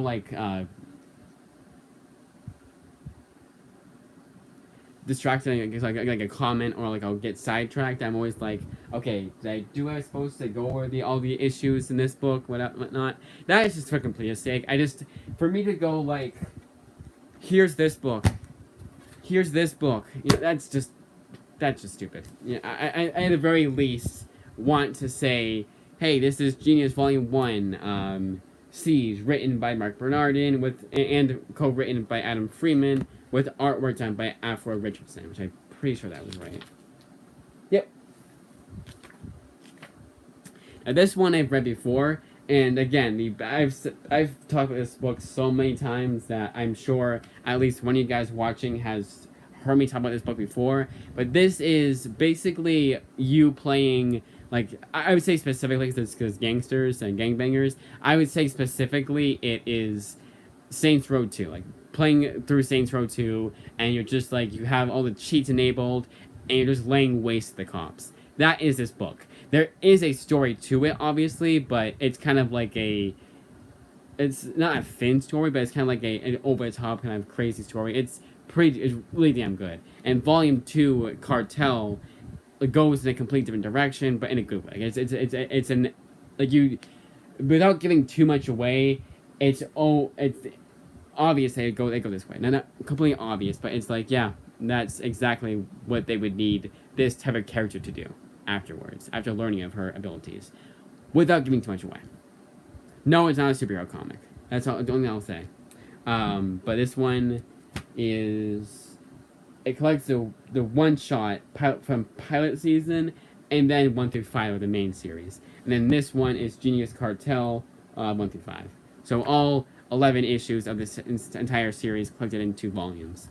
Now, Mark Bernardin did a one-shot for a Spider-Man comic I really enjoyed, And I didn't realize until after. I was like, hey, he did write that book. It was the Heroes Reborn Spider-Man book. It was like him if he'd never got the powers. That'd be interesting what if kind of story. But yeah, go make that job. I do like it. And some days we're like, because some days are, you go in there some days and it's definitely a lot more eventful than other days. But for the most part, like I'd just be kind of sitting there like, everyone's doing what they're supposed to do, and that's nice. Makes my job easier, But it's much easier to sit in a class like that where there's something that you could be doing, like on a computer, like, oh, I'll just go, type up, because I'm an avid writer, so type my story, listen to music. So that made that easier, and I just like, because I sitting right behind my student, I'm like, okay, he's doing what he's supposed to do, cool. But definitely is going to be, I would say this coming week is going to be more of me actually doing something. But like, it's just the way that it goes, it's how it was at school too. I don't know why I'm defending myself. Like I'm on trial right now. So this one I already showed before. Like in this actual live stream, this is the Couriers. TLDR collects 4 one-shots. I like Brian was writing. You know what? I'll go over the artwork again. But that's it, because I already showed this book off before. I just got a second copy because the binding was terrible on the first copy, so I got a second copy. And also, I'll show actually. So there still is blemishes here. Like this is not used very good. This is used good at best. As there's a lot of little blemishes here. Yeah, it's like zoom in so you can see it, but you can see it from here. Even I can. And I'm like by the one eye. Thank the Lord I can read good enough still, or else I would not. Or else I would go to extreme lengths to get that fixed. The legally blind eye. Alright, where is my Amazon package? Good. It's good. Still not coming in anytime. I wouldn't say anytime soon, but it's not like 9 stops away or anything like that, so I don't have to stop the video or anything like that. Anyways, moving on. This is Mother of Madness by Amelia Clark. And Margaret Bennett, not my favorite comic of all time, but I figured if I own my favorite Image book of all time, I may as well buy my least favorite Image book of all time. So, here you go. So again, this is all thus far, but so far, it's stuck its ground. This one was just, like, needlessly annoying with its message. It has the Sun character, and the Sun characters is every SJW's wet dream. And I'm talking the really insane ones. Like the ones that think politics is everything. Those kinds of people. The Sun is their wet dream. But it's not even so bad as good. It's just kind of like bland. But again, I figured if I owned my favorite comic of all time from Image, I might as well own my least favorite. Every yin for yang. And it was also a test to see how a used good book would come in if it was hardcover. And honestly, you just got a little blemish here and a little blemish there, and nothing too bad. And then, of course, I can tell like someone's read it plenty of times before. But, well, I guess it's a newer book, and probably because no one really cared about this book. No one really checked it out. I almost want to say this is a library bar sticker. It might not be, but I wonder if it is. Alright. Then we got Scrapper. This is 1 through 6, right? Hey, Greg Whitta give it praise. You'll be seeing him pretty soon. You'll see me talk about him pretty soon here. I would go take a break and go get some lunch right now, but we're getting there. Like we're done with like the majority, I'd say. Like the grand majority we're done with. And after a while, it's gonna be me just showing the book saying it's issues 1 through whatever the hell, and whatnot. Yeah, Scrapper 1 through 6, written by Cliff Bleszinski. Now, I want to say that Cliff is the main writer behind this series, because there is no way in hell that Alex DeCamp had any time between bullying people to death, literally, to write this book. So, I'm going to say Cliff Bleszinski. This is an ultimate, separate the art from the artist kind of thing. Because she is part of the reason why Episcore, unfortunately, ended his own life. And I do feel guilty for owning this book. I do. But I believe I bought it before the whole controversy started. Yeah, that was back in May, like May 15th specifically. But again, I'm gonna say it's Cliff. And hopefully Cliff is a level-headed guy. And here's the artwork for this series. Again, I'm very much a separate the art from the artist kind of guy. I'm not gonna go over every single book in my collection, look up the author, go into their Twitter. No, that's not what I'm gonna do. And yeah, if I hear something abhorrent, I'm going to feel guilty about owning their books, owning their work, but I can try my best to separate the art from the artist. Not successfully, but I can try my best. Next up, we have Razor Blades, and this is written by a huge amount of people. James Tinian, Steve Fox, and many more. You got some Vita Ayala, you got some Danny Lore. Now, this one is 2-page stories, maybe a little bit more than that. Some of them, though, are prose, which means it's all text. But some of it is like this, which is like your standard graphic novel panel layout. And then you'll have something like this, I just saw, that is not completely standard like this. It's a bit different. So, very experimental book. According to one of my subscribers, it's not the best book of all time because of it just being like, 5 pages per issue, 5 pages per story.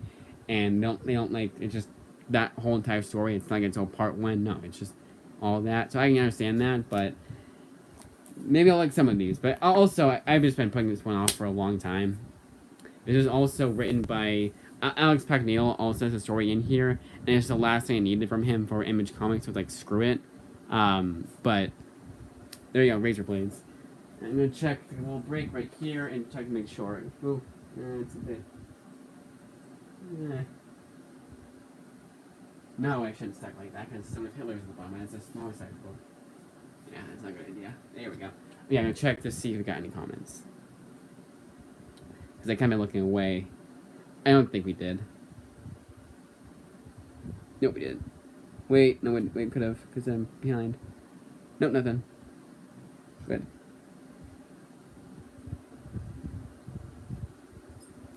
Check one more thing, and then we'll get back on our book. Get back on our books. I'm showing the books. Nice, my phone is fully charged. There we go. Alright.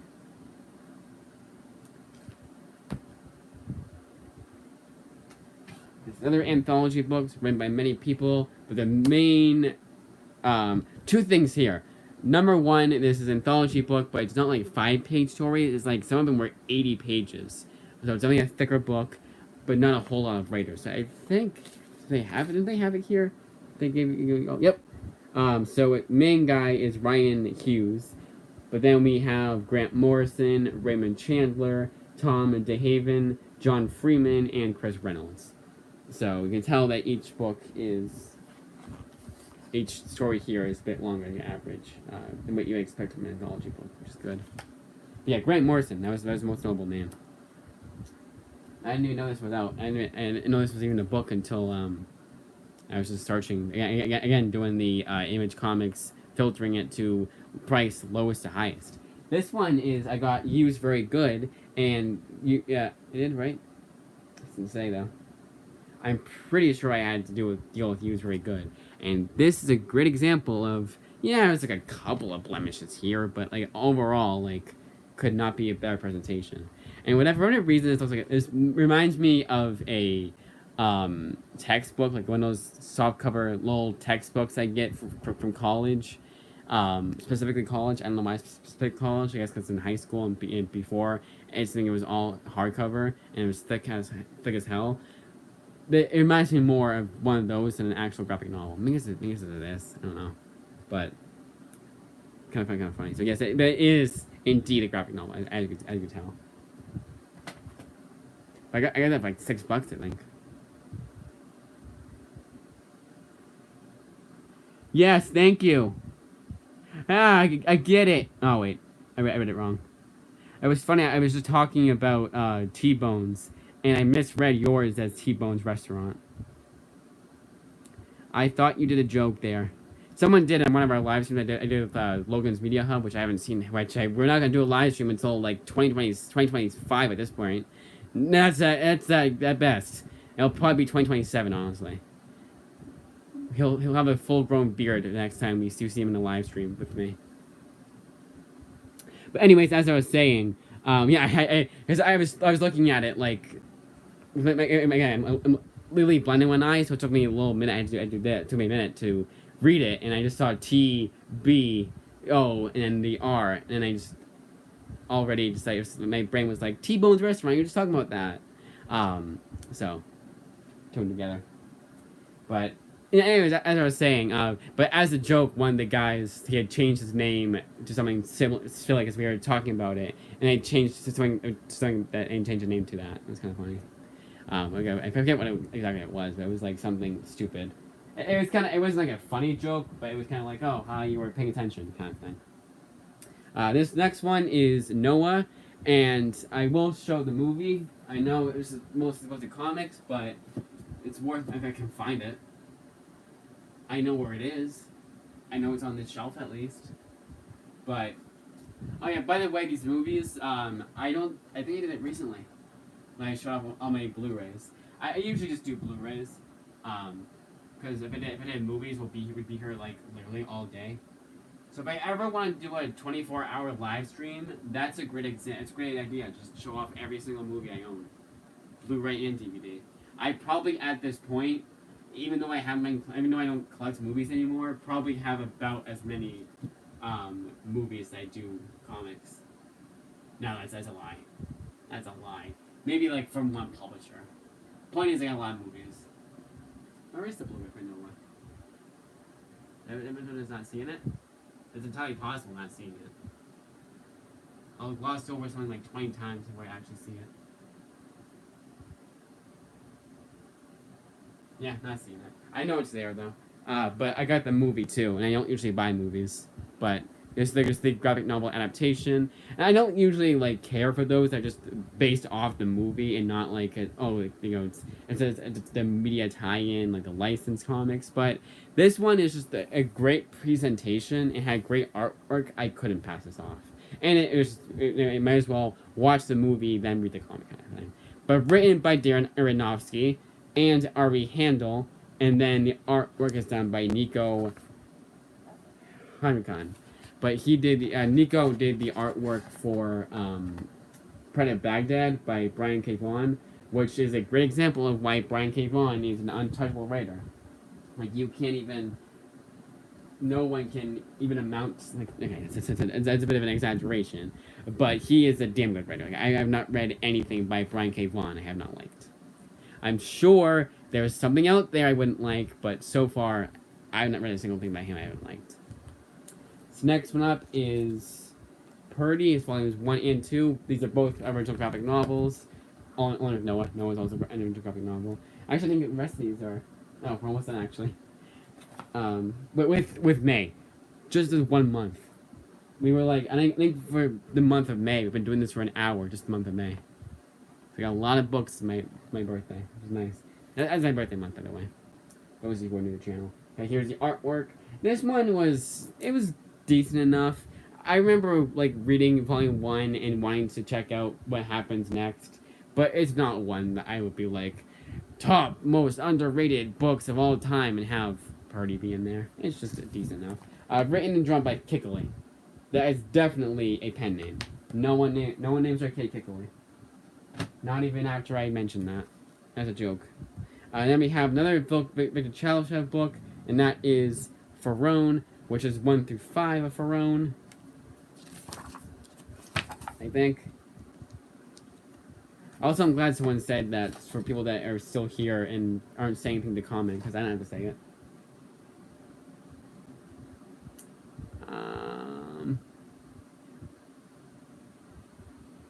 I know this is 1 through 5, I believe. Might be an OGN, which means it's like only one. There's no like previously collected issues. Which makes sense when I made it this thicker sized, this bigger sized hardcover. Here's the artwork for Rowan. I think Victor Chalchev does everything. I don't think he does. I don't think he got any help on this book. I'm gonna assume. All right, now we're on to June. We got 2 more months. We got June, July, and August. We got summertime months now, and then hopefully I can go eat lunch. It's not that late, honestly. Like, it's not like it's like 3 o'clock in my area. So if I, let's say I take another hour for this video. I shouldn't, because it shouldn't be that long. Yeah, it won't be too late. Be an hour behind what I just said. And I say, oh, well, at least it's not that time. I cannot imagine doing this for another 2 hours. If May only took me an hour at most, maybe an hour and a half, and then these next few months should take me like an hour and a half total. So it should only be an hour and a half at most. Now, I do like doing this. It's just like when I'm an hour and a half in, I'm like starting to get burnt out. I could take a break, but I don't want to. I like seeing like a really long live stream of me showing off comics. So the reason why I do this, again, like I said before, at the beginning of this live stream, we'll probably get the first 10 minutes cut, versus 5. I hope it's first 5 minutes at most. For whatever reason, YouTube cuts it. I had mentioned that this is every graphic novel I bought for myself or gotten as gifts, or whatever. Just all my personal collection, from April to August 2024. I do this every so often. I usually do every 2 seasons. So it'll be like winter, fall, and winter. It'll be spring and summer, like something like that, like end of winter. Usually I go by months too. Like the next one, I'll probably do like August to like February. Yeah, that's actually exactly what I'll do. So the next one will be August to February. That's what it'll be. It'll be 6 months total, because I'm pretty sure I'm right. I'm saying that because September, the next one I do. September, October, November, December, January, February, March. Sorry, February. So 6 months. So every 6 months, I'm going to do this video. And there's a reason why I do it every 6 months. I just might as well do it. Might as well do a huge-ass comic haul and mention every last thing I ever got to mention and all that junk. And just do a whole extravaganza live stream. And I know I have a comment I got to answer. I just wanted to mention that beforehand. Because knowing me, I forget to mention it. They're not... I had to literally, like, do it, I had to think about it myself. I was like, I know there's 12 months in a year.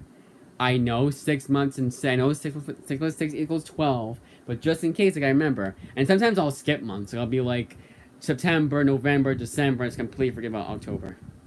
Sometimes I forget what month we're in. Like, twice today, I was like, wait, I gotta include September too, don't I? It's October. No, it's not. It's September. I think it's because of the routine of ordering books. Like, the books I'll be ordering, the last one, I'll be lucky to get it before August, like, before August. Jesus Christ, imagine that. I'll be lucky if I get it before October 5th, you know? So, I think that's just my reasoning, just thinking of like that, and just my mind going in 20 different directions. And I think that was just Amazon, I heard. Nope. Couldn't have been. They're nowhere near me.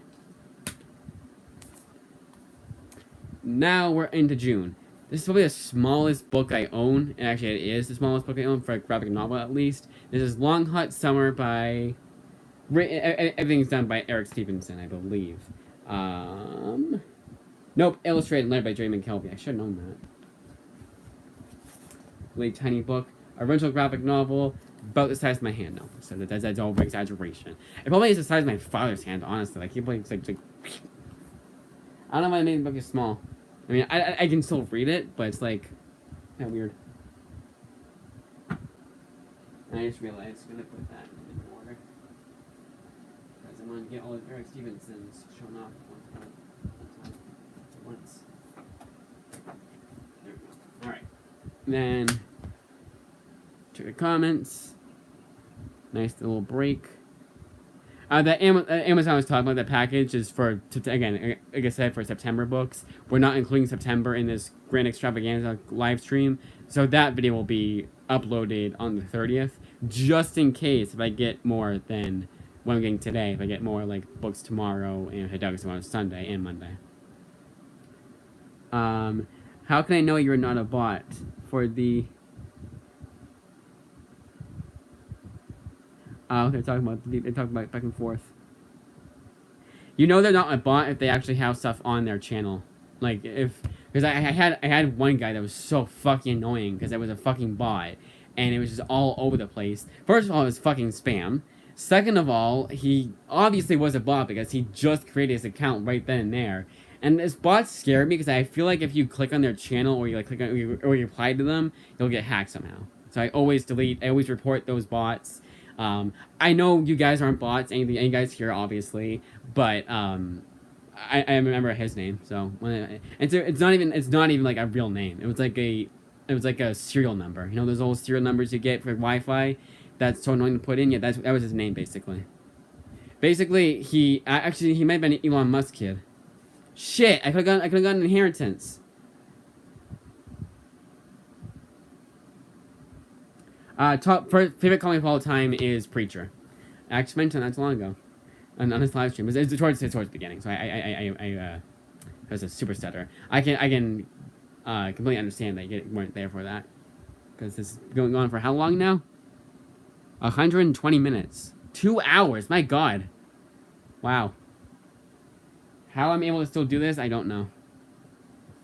All right, They're Not Like Us, volumes 1 and 2. This is a series that, along with another one we'll see, even though Eric Stevenson is very high up on the Image Comics poll, he still could not get this series finished. I think he just gave up on the series. I think that's what it was. But after this, there's I think 4 issues after this to get on the Kindle. I was just forced. I was like, screw it, again on the Kindle. If you have a comic shop near you that does do back issues and you're lucky enough, then maybe. But if you're anything like me, your comic shop has something that has comics from 2019 to that's the earliest they have at best.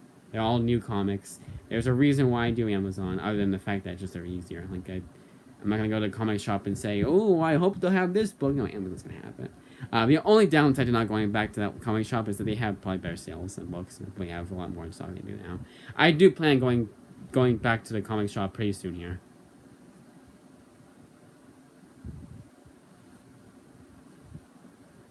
All right, so They're Not Like Us. This first volume 1, Black Holes for the Young, collects 1 through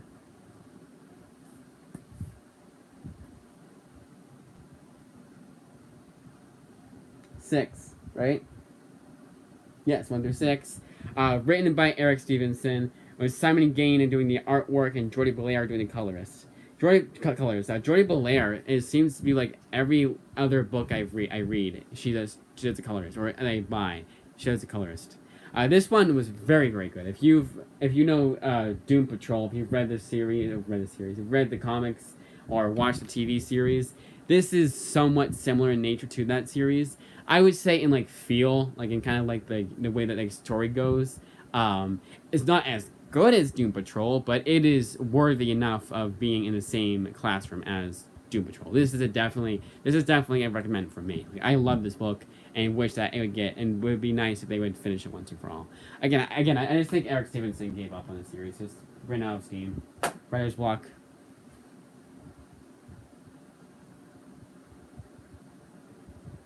Oh, that's. And then 7. What if I was about this whole time? Honestly, with how good AI is, I could have been this whole time. You wouldn't have noticed. No, AI is not that bad. AI is not that great yet. Good yet. It's getting there. No, I've not read that Requiem Vampire Knight. That a manga? If it's a manga, I have not read it. I'm not super into manga. I'm trying, slowly but surely, to get into manga. Actually, the 2 books I am waiting on my library to get again, intro loaned, to get the Berserk Deluxe Edition, the Berserker, I think it's called Berserk, whatever, yeah, Berserk, that Deluxe Edition manga. I'll be reading that once it finally comes in, but it's taking forever because it's a damn super popular series. But the 2 manga I checked out recently is Battle Angel Alita. That's my favorite.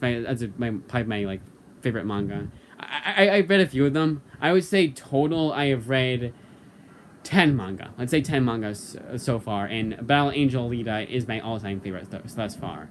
Vinland Saga. Vinland Saga was the other one. So Vinland Saga I'll be reading for the first time, and I'll be rereading Battle Angel Alita because my library, Angel Loans, has all of the deluxe editions. So I'll be able to read all the deluxe editions. I think that's what they have. It'd be nice. I did really dig that. And it's comics. A great one. Alright, I'll check that out. Again, I'm not gonna not buy manga. It's just manga is not my interest. Like I'm not too picky when it comes to mainstream comics. Like I'll read a European comic just as much as I'll read like an American comic. But manga, for whatever reason, just like there's something there that keeps me away from it. Battle Angel Alita broke all those rules though. If every manga was half as good as Battle Angel Alita, from in my taste at least, and for having the artwork and the uniqueness, whatever, I would probably like manga a lot more. I like the Batman one, the one that DC Comics did for Batman. That was pretty good. I think it's just they all blend together for me. Like the stories don't. Like I know Assassination Classroom story is different than Blue Exorcists, but you could tell me that manga was all written by one guy and drawn by one guy, and not bat an eye, unless it was Battle Angel Alita. Again, for whatever reason, I have the worst luck with manga. Just never have really gotten into it. Moving on, They're Not Like Us, Volume 2, Us Against You, collecting 7 through 12 of They're Not Like Us. Nowhere Men. This one was not as good as They're Not Like Us. It's also written by Eric Stevenson. Nate Bilgar does the artwork this time, but Joy Belair yet again doing the colorist. This one was just kind of like, it was decent enough. I liked some of the concept, like some of the story, but it was very forgettable, and I liked it enough to buy it myself, but only because They're Not Like Us. That was the only reason. Sunburn was another pretty decent book, slightly above average. This one is written by Andy Watson, but yet again, the artist is Simon Gain. And I don't think we have a colorist here. We don't. But this one was pretty good. It's a good example of comics don't have to have like a super like big twist. They can just be a slice of life, easygoing kind of comic about a teenage girl going into this summer home that's really expensive and really like classy and everything like that, and trying to fit in kind of thing. You know, it doesn't have to be about she meets there's cannibals there or anything like that. I don't mind if a story does that. That's why I like Eat the Rich so much. That's what it's about. But exactly what it's about actually. But not. I don't need every story to be like. It's nice when a story can just be like it's just a slice of life, grounded in reality kind of book. That's probably why I like the indie genre so much, because it's very unique. You don't have to, especially Image Comics. They have 100% creative freedom. Sometimes we're better, and sometimes we're worse. Moving on to Accent, written by and drawn by Shane Davis, with Michelle Delecky doing the inking and Maury Hollowell doing the coloring for the series. And then here's the artwork. Shane Davis is one of those names that has kind of resurfaced for me. I've noticed him being talked about and like showing up on live streams and interviews a lot more now. But apparently he was always there, because it's not like it's like a restart. It may have been actually, I don't know. But he did the artwork for, if you guys read it at all, Superman Earth 1. Then we have Edenwood. This is 1 through 5 of Edenwood, I believe. Yep. This is written and drawn by Thomas Daniel. Here's the... Let's not go to the show. Let's do that. This is the artwork for Edenwood. Looks to be very interesting. Tony S. Daniel has another series from Image, but it's out of print. So I was like, you know what? As far as I'm concerned, I have everything I need by him. Because I was gonna hold off on this one, because I was just like, I have too much to get this month, but I had an extra $15 to spend. So I was like, you know what? Let's get this and Accent. Screw it. Then we have The Warning and Almighty, both written by Edward LaRoche, both collecting 5 issues of their respective series. Yep, and yep. But the warning, I think it was 6 through 9 or something like that, or 6 through 10. For whatever reason, they never made a volume 2, even though they have enough issues for volume 2. So yet again, I got on the Kindle, which is fine. It's a Kindle. I'm not one of those people that's paranoid. That they're gonna have falling out with Image Comics, or whatever, and they're gonna have to make it so you can't even like read the comics that are on there. No, there are comics that are no longer available to purchase on the Kindle, but I have them on the Kindle. I can still read them, thankfully. So I don't have any of that like, oh, it could happen because the comicsology thing. It can happen. I know it can, but not with Image. And it has, and I haven't. And so far, so good. Anyways, here's the artwork for the warning. Everything is done by Edward LaRoche, by the way. I think no one else standing for the series. Then Almighty. Here's the artwork for that series. Petrolhead is the next book. Now this one is kind of one of those kind of funny because this is rated E for everyone. And you would think the artwork would be a lot more simplistic if it was that. If it was made for kids. Written by Rob Williams with artwork by Pied Parr. Now, I don't usually like doing a bunch of kiddie books, like buying a bunch of kiddie books.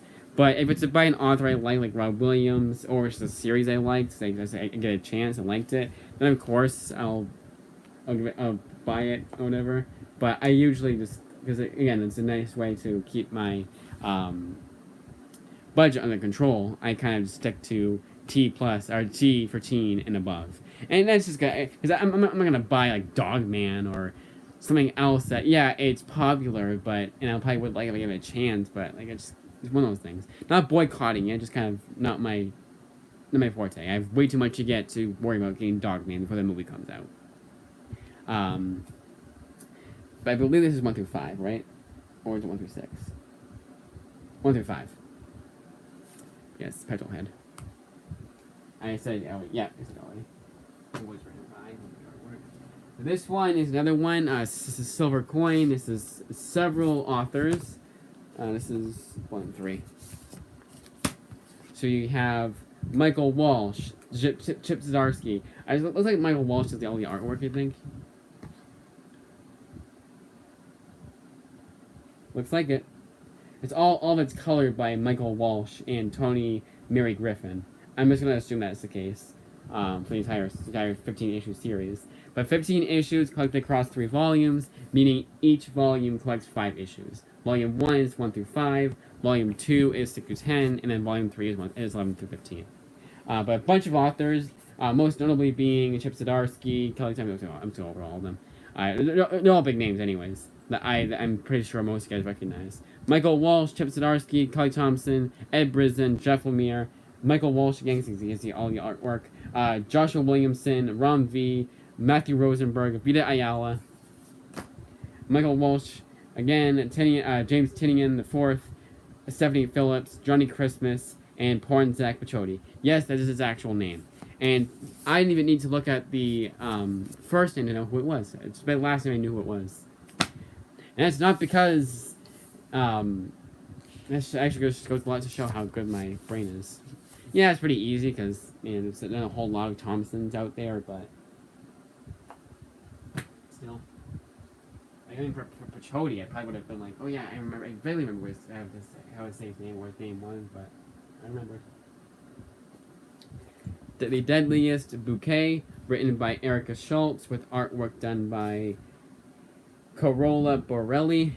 Here's the cover. So I just realized I'm not showing the cover. It's fine, I'm showing artwork anyways, but I know I just did this. I just like, okay, here's Deadliest Bouquet, written by Eric Schultz, yada yada. So I didn't do that, but they go with the so it's script and letters is done by Erica Schultz, artwork done by Carola Borelli, and Gab Contreras and Tom Chu do the colors for all 5 issues total. 2 more months after this, so we're almost out of June. Then we get July and August, and it'll be done. August will be quick. July might not be. None of them are more than like 16 books, anyways. So we're getting there. We have 26 books. We might have 30 books total left, which sounds like a lot, but if I keep going, it won't be. Yeah, 134 minutes. It's the long live stream. I wonder if Logan would show up. Midlife, or How to Live a Hero at 50. This is volume 1, written by Brian Pugliato, with artwork done by Stefano Simeone and Hassan. I don't see the letters. So no colorists. Okay, cool. Sometimes they don't credit colorists, right? I just assume that the artist, the colorist too. I mean, what else am I supposed to assume? I think this is 1 through 6, right? Yep, 1 through 6 of Midlife. Yeah, again, another Brian Pugliato book. I really like his writing. His Flash run was amazing. And I like his other stuff. Like he did a Head Wound Sparrow. I kind of liked. I'm gonna read that again. Siphon Volume 2. This is 1 through 4 of Siphon 2. Written by Moshe Ashraf and Arish Akanda. Pencils is done by Thomas Hedlund, and inks issue 4. He inks issue 4. And Mustafa Musa does issue 1, issue 2 inking, and then issue 3, issue 4. Then Jug. Where's the page? There's a lot of names to go over. I'm botching every pronunciation. I'm botching the pronunciation of each and every one. I know I am. And here's the artwork for Siphon Volume 2. Volume 1 I got in like almost over a year ago. It was back in May of 23. I got a discount at a local comic shop. The last time I went to a comic shop was May 2023. And then I was going to get it May 2024, exactly a year later. But again, just too much to get in May. You saw how much we were doing in May. That was like 56 books. That was a lot of books. Freshman, Volume 1 and 2, both of which is written by Hugo Stebanoff. Where is it?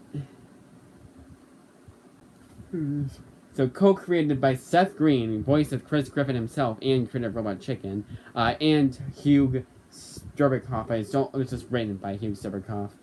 Penciled by Leonard Kirk, inks by Andrew Pepoy, colored by Tyson Wengler. Tony Pateri, again, doing the letters. He's done a lot of the books I'm going over. It shows him as a letterer. Again, I don't go over letterer, but I just thought that was funny to mention. Now, this collects 1 through 6 of this series, I assume. I think one of them collects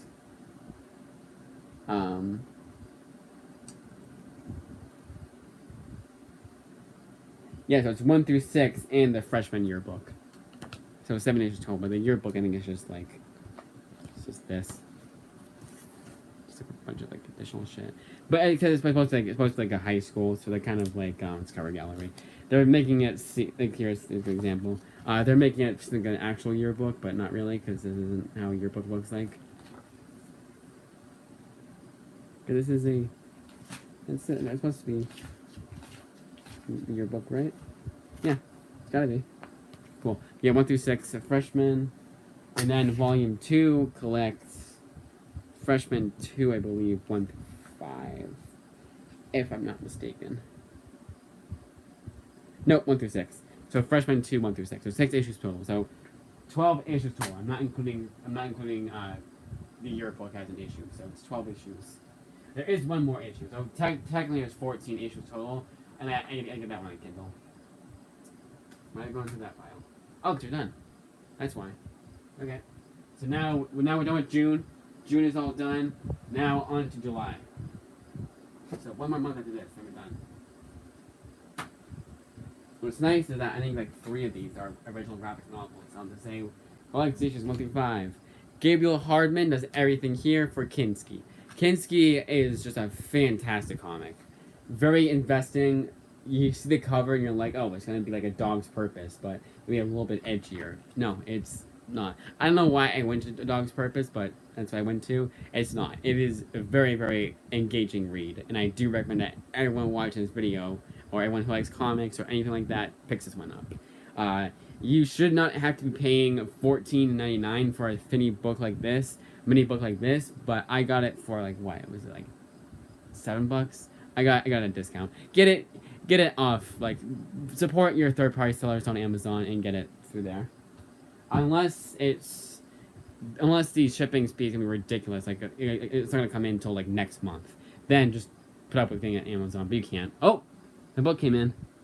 All right, so a little break, like in my book. So you guys can stretch your legs like I'm gonna do.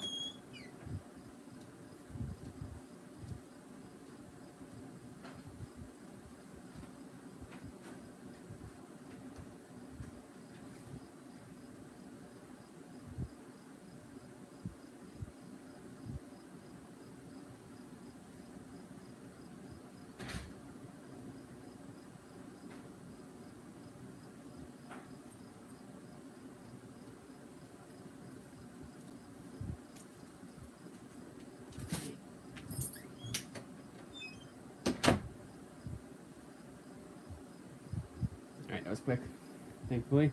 So yeah, Kinski, recommended to all. And it's an original graphic novel too. And again, all written and drawn by Gable Hardman. He was a really good writer too, by the way. He did a Planet of the Apes run for Boom Studios that was really good. Next up is Dylan Burnett's Arcade Kings. More than him though. Let's see. He's writer and artist, but the colors is Walter Belamonte and Sarah Antonelli. Color assistants is Simona Iroto and Sharon Marino. There you go.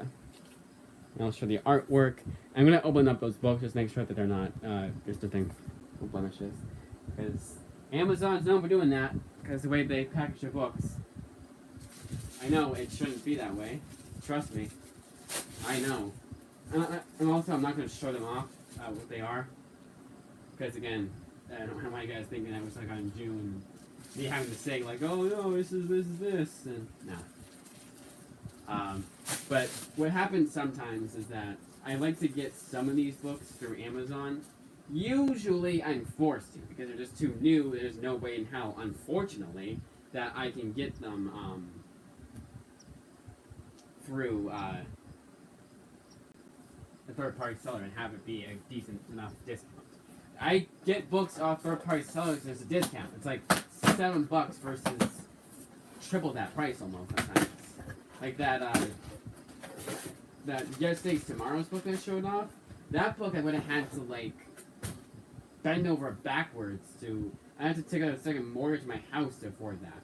Yes, there's an exaggeration, definitely, but like Jesus Christ, you guys, like I think it was like over the list price. And sometimes I have to do third-party sellers. There's just out of stock on Amazon, like completely out of stock, and also all good for Amazon though so far. Like no noticeable blemishes so far. By so far I mean like noticeable like at first. Like if I take the magnifying glass to it, I'll find some, but so far so good. But anyways, let's move on. Next up is A Haunted Girl, written by Ethan and Naomi Sachs. And the artwork. The artist is Marco Lorenzana. Colorist is Andre Mosa. And that's it. Because I don't over letterers. Here's the artwork. 1 through 4 of Haunted Girl. Ethan Sachs wrote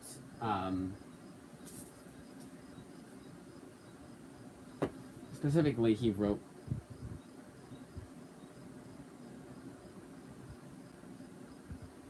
we're in July. I just almost freaked out because I was like, oh shit, we're in June still, but no, we're in July.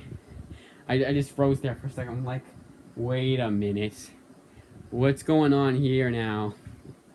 All right, so anyways, I was saying Ethan Sachs wrote the prequel to Old Man Logan, Old Man Hawkeye, and I think if there's anybody who can make a decent enough prequel to Old Man Logan, it is Ethan Sachs. He did above and beyond. I want to say I read the first arc. At least read the first arc. I know I at least read the first issue, and it was really damn good. And I liked it so much I got the trades on the Kindle, and they're on sale next time. And I was like the best purchase ever. Anyways, Scurry by Max Smith. He does everything, artist and writer. This is a great example of, even though it's for kids, it does not mean that it's like immature or that adults wouldn't enjoy this book. This is like just supremely investment.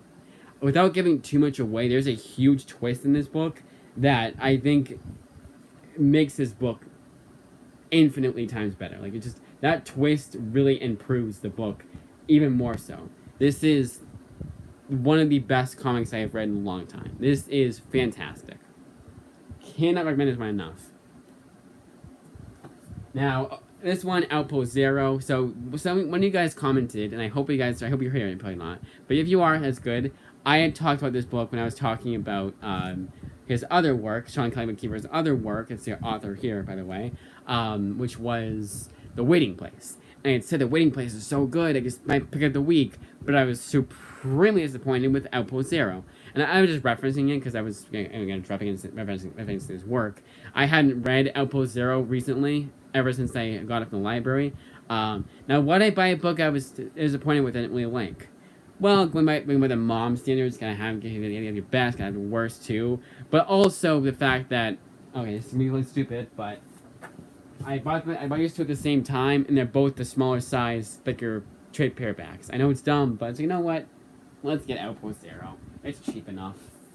And I want to give it a second chance and own the book. Artist is Alexandre Tefendry. I think he is also a colorist. I'm assuming, it's not saying. And here is the artwork for that series. I just thought this series was like, it felt like it was really talking down to his audience, and just kind of, maybe I was expecting something that I should have expected. Like, I should have expected more. I should not expect as much. I should have expected less. But not even like not in that kind of way either. Like, oh, well, you shouldn't expect a whole lot. Well, that's saying, it's kind of saying to give up and not, to try as hard kind of thing. But no, not in that regard. In the regard of, like, I just had too high expectations for this book. Because the American Edition loved this book. He gave really high praise to this book, and I was disappointed. But yes, Outpost Zero. What time is it, by the way? It's getting late. Antioch is 1 through 4, written by Patrick Kinlan, and the artwork done by Marco Ferrari. What a great last name. Here's the artwork for that series.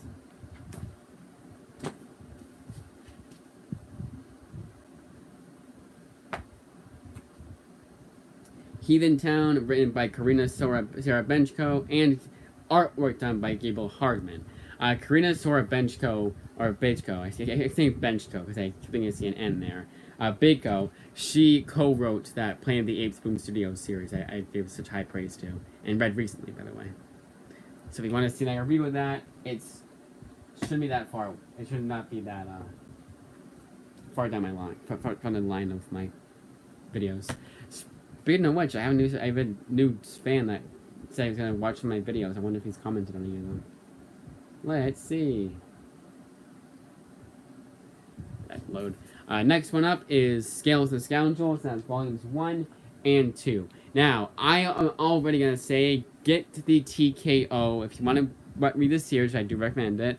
Get the TKO published series. I got that on the Kindle. It was for $4 each, but I still, because of how much I love this series, I want to get both versions. This is an incomplete version. Unfortunately, Image Comics did not pick up the series after issue 12. I got canceled after that. So Sebastian Gerner went ahead to TKO and finished it there. So I think it's pretty good. I think it's good that Image Comics does that. They're like, you know what? Better luck with this other publisher, you know.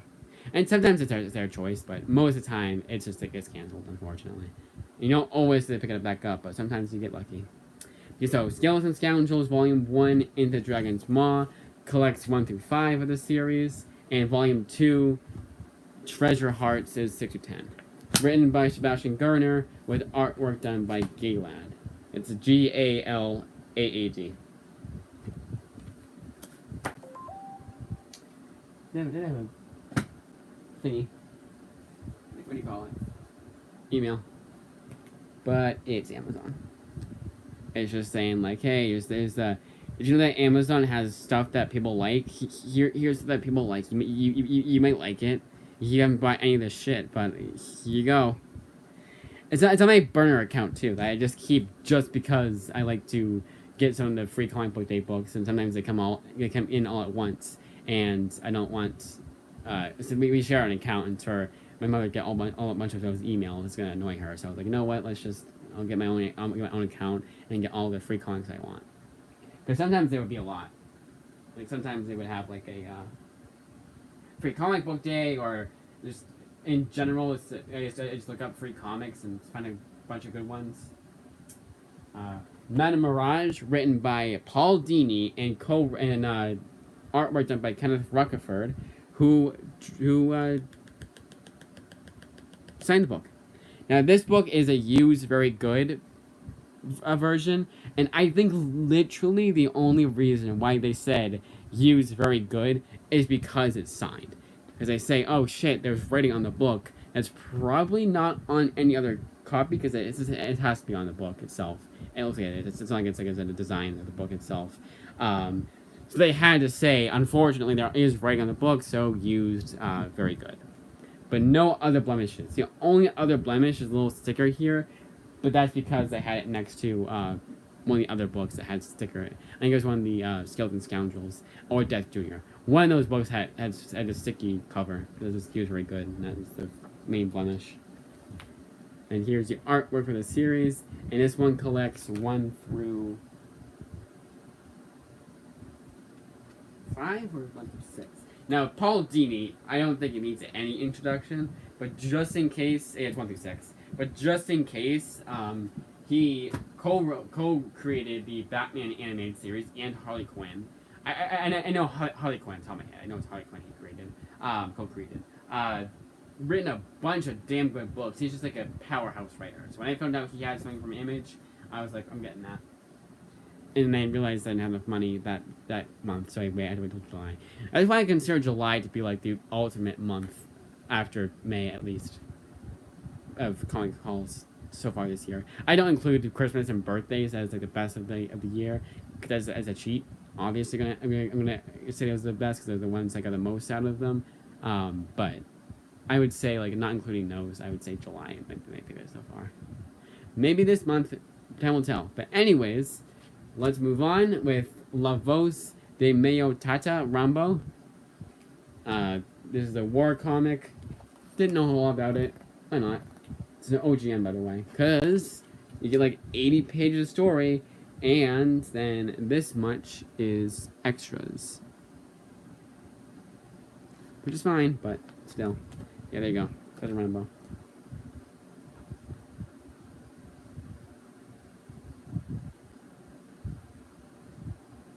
Okay.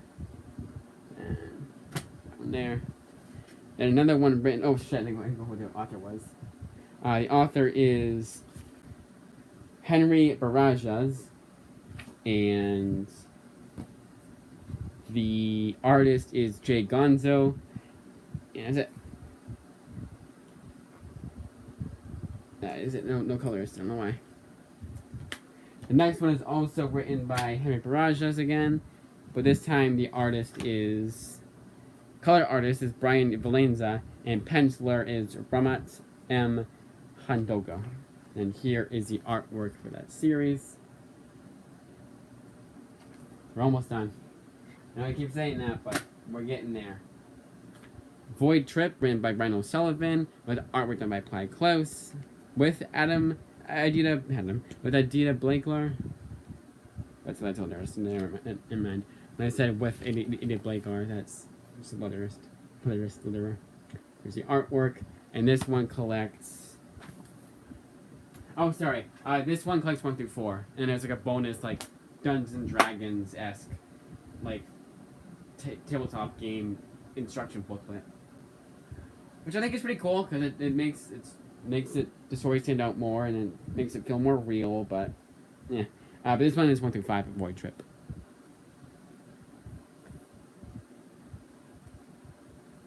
I'll show you art again. I know I just did, but I can show it again. I keep feeling like I forget to do that. Death Death Junior Volumes 1 and 2, written by Gary Whitta. Each collecting only 3 issues. You can tell that means that each issue was double sized, at the very least. And the artist is Ted Nathan. Yeah, this is the one that has, it's really sticky. I don't want to get rid of it, but it's really sticky.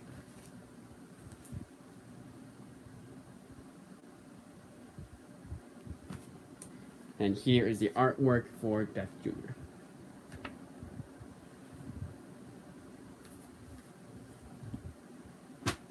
Now we have Oliver, written by Gary Whitta, with artwork done by Derek Robertson, and that is, and this one collects 1 through 4 of Oliver. Yeah, 156 minutes, 2.5 hours long. Very long video. But here's the artwork for the series. I mean, if you, like, honestly, if you think about it, going over 6 months worth of comics, where 1 month had 56 books in it, that's pretty impressive. You know, like, I thought this would be like 3 hours, but I figured it'd be 2.5. Because some of these books, like, for me to tell a story, tell a long-winded story again about each book, like, oh, 24 panels, I remember that day, I was sitting on a park bench. No, that's kind of silly. You know, something like this one, 24 panels, I will say, I read it before, I didn't really like it, but some of the stories are better than others. And I remember liking some, flipping through this one, I remembered one, I was like, oh yeah, I vaguely remember this one being good. But this one is just because I needed the, I read it before. I've been doing a lot lately where I want to get at least 1 book per month that I've read before, the library had it, and I bought it myself, and that kept the streak going, so screw it. There's more I know, but still. Yeah. 24 panels. And now that's it for July, so now we're on to August, and this is going to be like, basically like a quickie. Planet Paradise, written and drawn by Jesse Longan. This one I really enjoyed, and one of the books I will say, one of the books that I got this month in September, for September, was written by Simon Roy, and I was really intrigued, because this one's kind of forgettable. I remember reading it, but I was like, did I though? Because I don't know if I did. And I finally found it, and I said the artwork reminded me a lot of Simon Roy. And I was like, does it though? And then flipping through that Simon Roy book I got the other day for the month of September, yeah, it was true. So it's kind of nice that I got that one a month later. A Simon Roy book a month later. Yeah, here's the artwork for Planet Paradise. Planet Paradise. And the only book that is not written by, because out of this, they're all written by Joshua Williamson, that is Berserker. No, it's not the manga Berserker, but this is the comic book Berserker. The manga was called Berserk, but Rick Lovard and Jeremy Huon's Berserker. Rick Lovard doing the writing and Jeremy Huon doing the artwork. But it's a feature and introduction by Milo Ventimiglia. So there's Victor, Milo. That it's kept saying like Milo Vagina's Berserker on Amazon. And that's how they refer to the book as. Maybe to make it so it wasn't, because there's so many comics called Berserk and Berserker from kind of Reeves. So to make it stand out, they said, hey, this is by Milo Ventimiglia. And this collects 1 through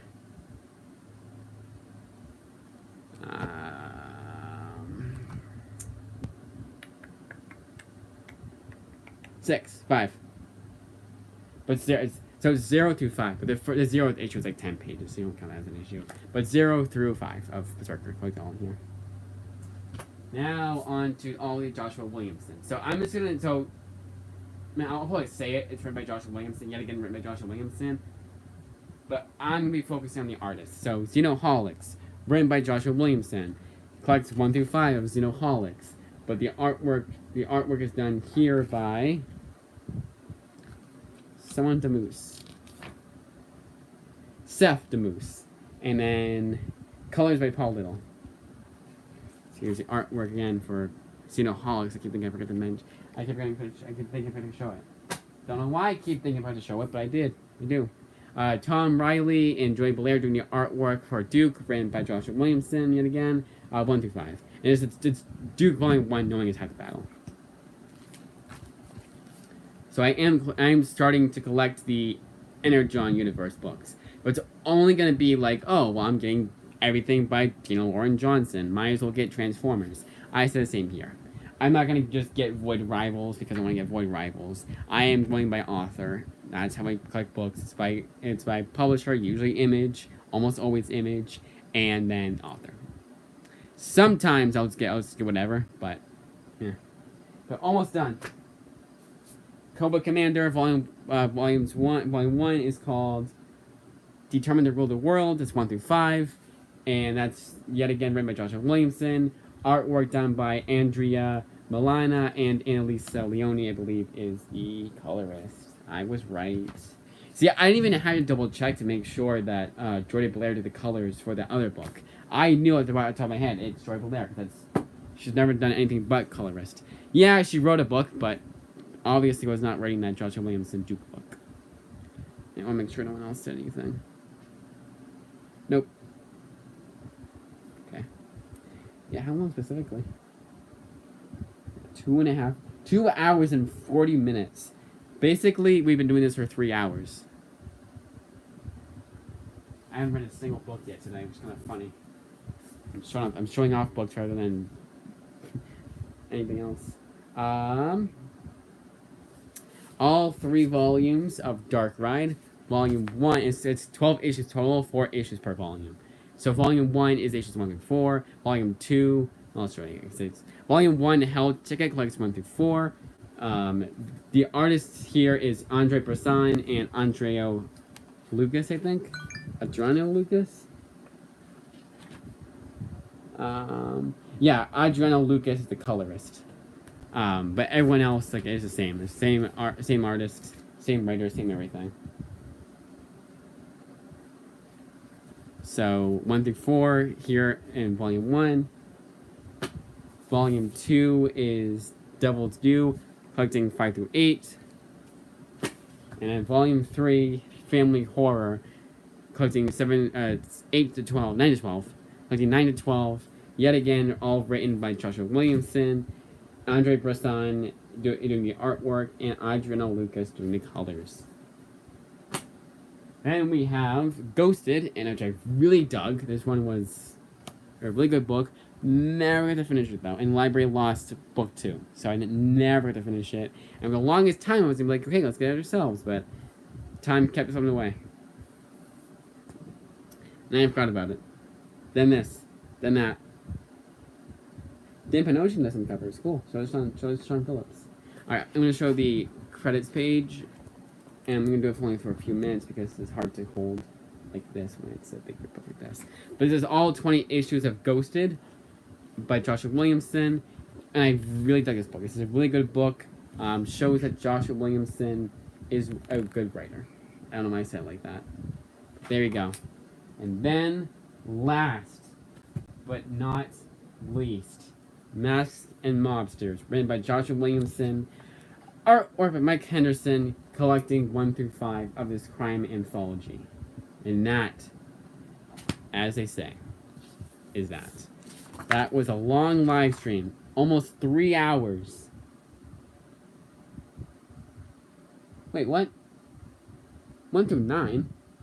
Oh, it's digital form is 1 through 9 Masks and Mobsters. Okay. So each issue was very short, or it's like a half issue, like a half page that they did read for DC Comics. So it's like panel you usually have like 6 panels to cut in half. I don't know why they do that, but that, as they say, is that. Thanks to everyone who showed up. Obviously, that was 6 months worth of comics. I don't know if I even want to count them all. It's like, actually, I can count them all here. So it was 10 plus 56 plus, that one was 16, I said? No, 17, I think. And one month it was 18, and 1 month it was 16. like, oh yeah, over 100 comics, like over 117 comics, 117 plus comics. That's a lot. That's it. Next live stream, I don't know when it will be, but a long time from now. I gotta put all these books away now on my shelf. I'll eat lunch first, but hot damn, that was a lot. 2 o'clock right now. That's all I've been doing this today. I woke up, got everything squared away, ate breakfast, brushed my teeth. It's pretty much the only thing I did other than this shit. So, I'm gonna do something else. That is as they say. That is that as they say. Where is the? There it is. And I do want to stop streaming.